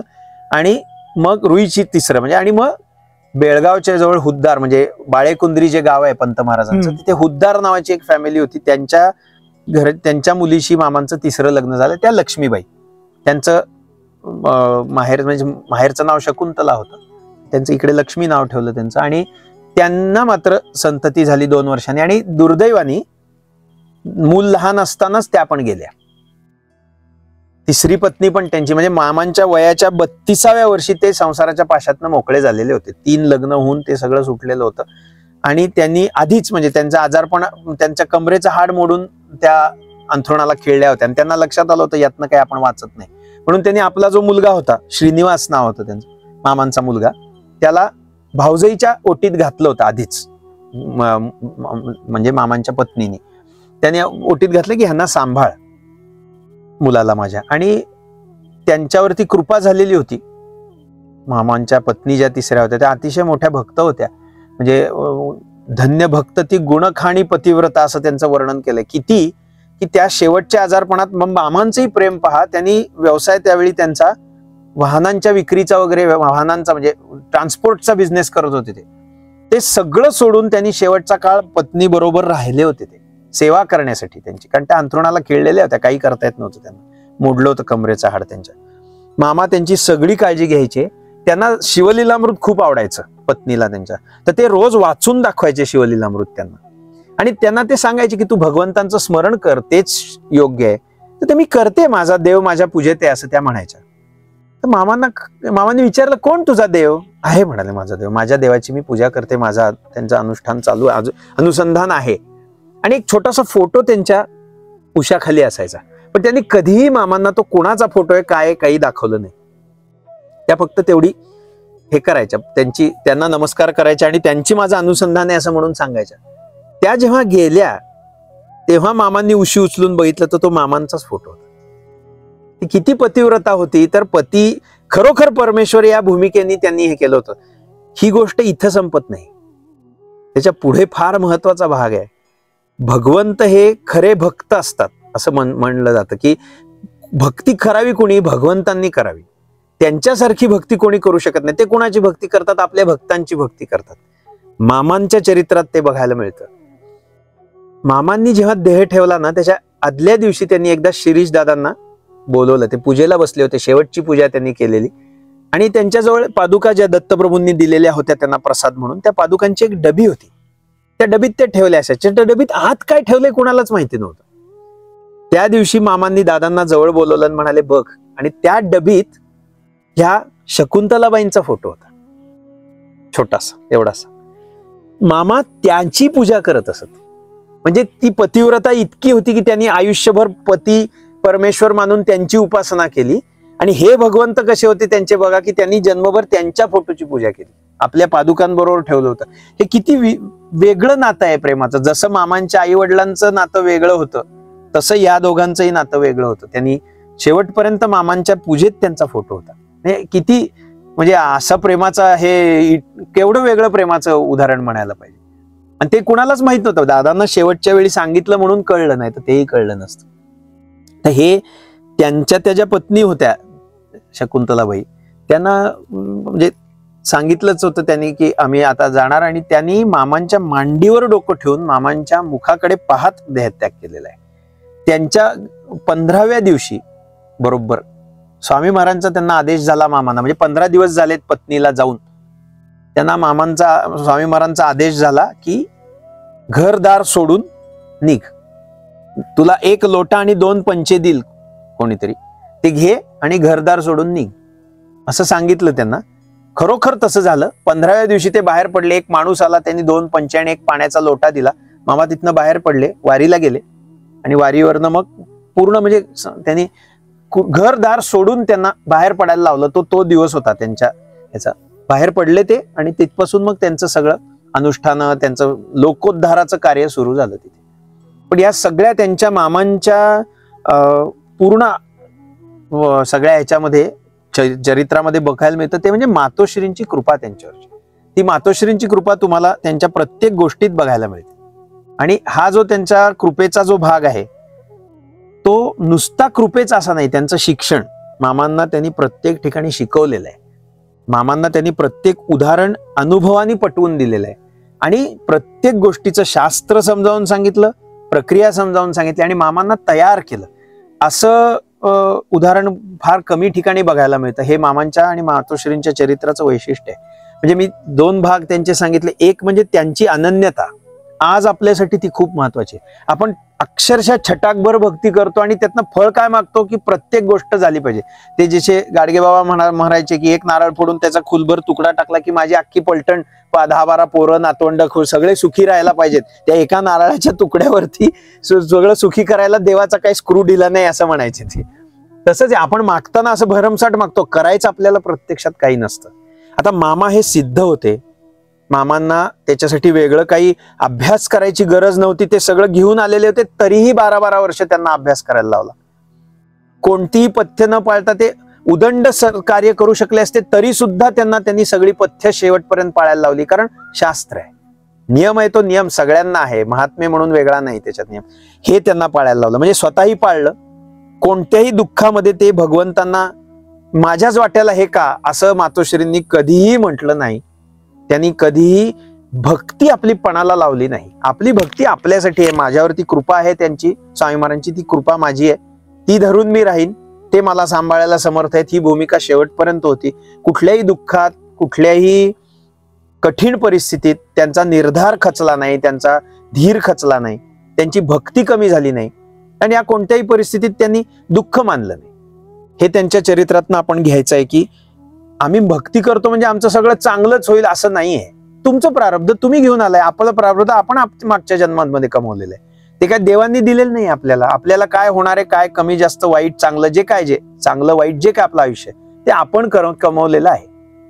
त्यात देवांचा आधार असेल तर ते पार करणं सोपं जाईल, एवढं महत्वाचं आहे त्यातलं. हे त्यांनी दाखवून दिलं. ते आधाराला असतील तर वाटेल त्या परिस्थितीतनं पार जाता येतं. हे मातोश्रींच्या चरित्रातनं आपण घ्यायचं. कारण संकट सगळ्यांनाच येतात. उलट असं बघितलं ना तर सामान्य माणसांपेक्षा महात्म्यांच्या आयुष्यातल्या संकटांचे प्रसंग जास्त आहेत. त्यांना जास्त संकट बघायला लागलेली आहेत, त्यांना जास्त दुःखाचे प्रसंग बघावे लागलेले आहेत, पण ते त्या सगळ्या परिस्थितीत शांत राहू शकले कारण त्यांचा आधार, त्यांची श्रद्धा बळकट होती. हे आपण त्यातनं शिकायचं की माझी श्रद्धा बळकट असेल तर देव मला ज्या परिस्थितीत ठेवतील त्या परिस्थितीत मला आनंदच मिळेल आणि मी आनंदच घेईन त्यातनं. हे मातोश्रींकडनं शिकायचं, मामांकडनं शिकायचं. आणि प्रयत्न, प्रत्येक गोष्टीसाठी अभ्यास आणि पथ्य त्या अभ्यासाची ही पाळलीच गेली पाहिजे. तिथं उच्छृंखल व्हायचं नाही, मनाला येईल तसं करायचं नाही. शास्त्र म्हणून शास्त्र पाळलंच पाहिजे. त्यांना कुणालाही शास्त्र पाळायची गरज नव्हती, ते शास्त्रांच्या पलीकडे गेलेले होते, पण तरी जन्मभर शास्त्र पाळलं. मातोश्रींना केशवपन करायची, विधवेचं सारखं वागायची काय गरज होती? भगवत स्वरूप झालेल्या होत्या त्या, पण तरी त्यांनी केलं. कारण समाज आहे, रूढी आहे, काळ आहे, त्या काळाला अनुसरून जे करायला पाहिजे ते करायला पाहिजे, ते त्यांनी केलं. पण त्यांनी कशाचंही दुःख न मानता आपली भक्ती कशी होत राहील हे बघितलं. मामांना पण त्यांनी सांगितलं होतं, देहाची 3 चिमट्या राख होईपर्यंत साधन सोडायचं नाही. मातोश्रींनी तसं केलं. मामांनी पण शेवटच्या क्षणी साधनेला बसूनच देहाचा त्याग केलेला आहे. त्यांनी स्वतः ते पाळलंच, लोकांनाही त्याचा उपदेश केला की साधन सोडू नको. कारण त्यांनी मातोश्रींचं बघितलेलं होतं, कुठल्याही गोष्टीचं उत्तर साधनाच असायचं. त्यांचं उत्तर साधना. मातोश्रींना विचारते म्हणायचं सगळ्या गोष्टींची किल्ली, सर्व कुलपांची किल्ली साधना आहे. साधना कर, तुझं सगळं भलं होईल. साधना निष्ठेने कर, सगळ्या गोष्टी आपोआप होतील. मामांनी पण ते अनुभवलेलं होतं, त्यामुळे त्यांनी जन्मभर त्याचाच उपदेश केला. साधन कर, सगळं होईल. त्याच्यासाठी लागणारी निष्ठा, त्याच्यासाठी लागणारा निर्धार, हे सगळं त्यांच्या त्या चरित्रातनं आपण घेतलं पाहिजे. आणि एक स्त्री म्हणून, एक पुरुष म्हणून, एक आई म्हणून, एक गुरु म्हणून काय काय आदर्श असतात ते पण त्यांच्या चरित्रात बघायला मिळतात. महत्वाचं हेच आहे त्यातलं की आपली भक्ती आपण पणाला लावायची नाही. आपल्या भक्तीच्या बळावरती आपण देवांना वाटेल ते माझ्यासाठी करा म्हणायचं नाही. उलट त्यांची जशी इच्छा असेल तसं आपण त्या इच्छेला फॉर होऊन त्याच इच्छेसारखं, ठीक आहे जशी तुमची इच्छा मी त्याप्रमाणे करीन, आनंदाने करीन, तुमच्या इच्छेत माझी इच्छा मिसळून राहीन, हे त्यांच्या चरित्रातनं शिकायचं. आणि त्यांची ज्ञानेश्वरीची जी अभ्यासाची पद्धत होती ते मामांकडे जे आलं ते खूप मोठं होतं. कारण त्यांनी जी ज्ञानेश्वरी दिली मामांना ती अतिशय अंतरंगातनं दिली. त्यामुळे त्यांचं जीवन ज्ञानेश्वरीमय होतं, मामांचं जीवन ज्ञानेश्वरीमय झालं. आणि जो ज्ञानेश्वरीला अनन्य शरण जाईल तो, माऊली स्वतःच म्हणतात की जो माझ्या ज्ञानेश्वरीला म्हणजे गीतेला शरण जाईल तो स्वानंद साम्राज्याचा चक्रवर्ती करी, असं त्यांनी म्हटलंय. मामांच्या आणि मातोश्रींच्या चरित्रात ते बघायला मिळतं. ज्ञानेश्वरीवर निष्ठा ठेवून त्यात सांगितल्याप्रमाणे साधन केल्यामुळे ते खरोखर स्वानंद साम्राज्याचे चक्रवर्ती झाले. आणि हे आपण त्यांच्या चरित्रातनं जाणून घ्यायचंय. त्याच्यासारखं त्या चरित्राला अनुसरून वागायचा प्रयत्न करायचा आहे. महात्म्यांचं वागणं खूप आदर्श असतं, टोकाला असतं. ते आपल्यासाठी ते सोपं नाही, पण अशक्य पण नाही. कारण ते पण आपल्यासारखे माणूस म्हणून जन्माला आलेत, माणूस म्हणून वागलेत, माणसासारख्या सुखदुःखांमधनं पुढे गेलेत. म्हणजे ते जर जाऊ शकतात तर आपण पण जाऊ शकतो, जाऊ शकू. प्रयत्न केला, निष्ठा, निर्धार, श्रद्धा असेल तर आपण पण त्यातनं पुढे जाऊ शकू. हे त्या चरित्रातनं आपण घ्यायचंय. आणि प्रत्येक भाग म्हणजे त्यांचं चरित्र इतकं समुद्रासारखं विशाल असतं.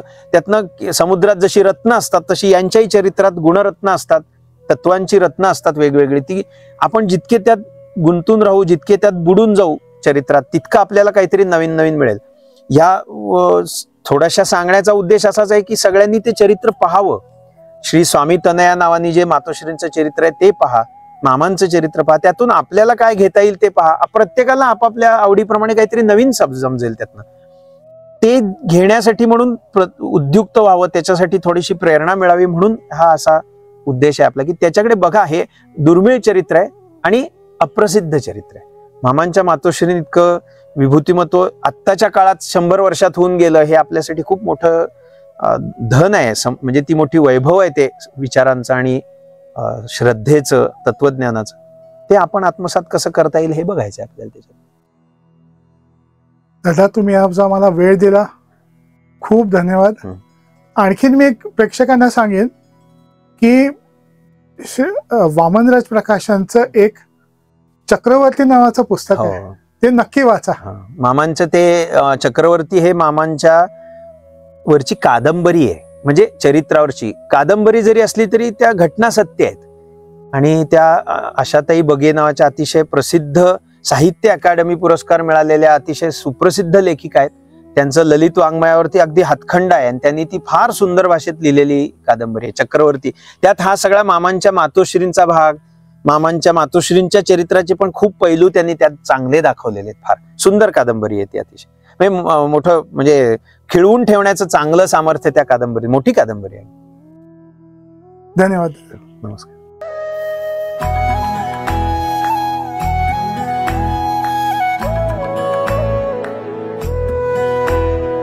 अध्यात्मावर अशीच माहिती मिळवण्यासाठी देव माझा चॅनलला सबस्क्राईब करा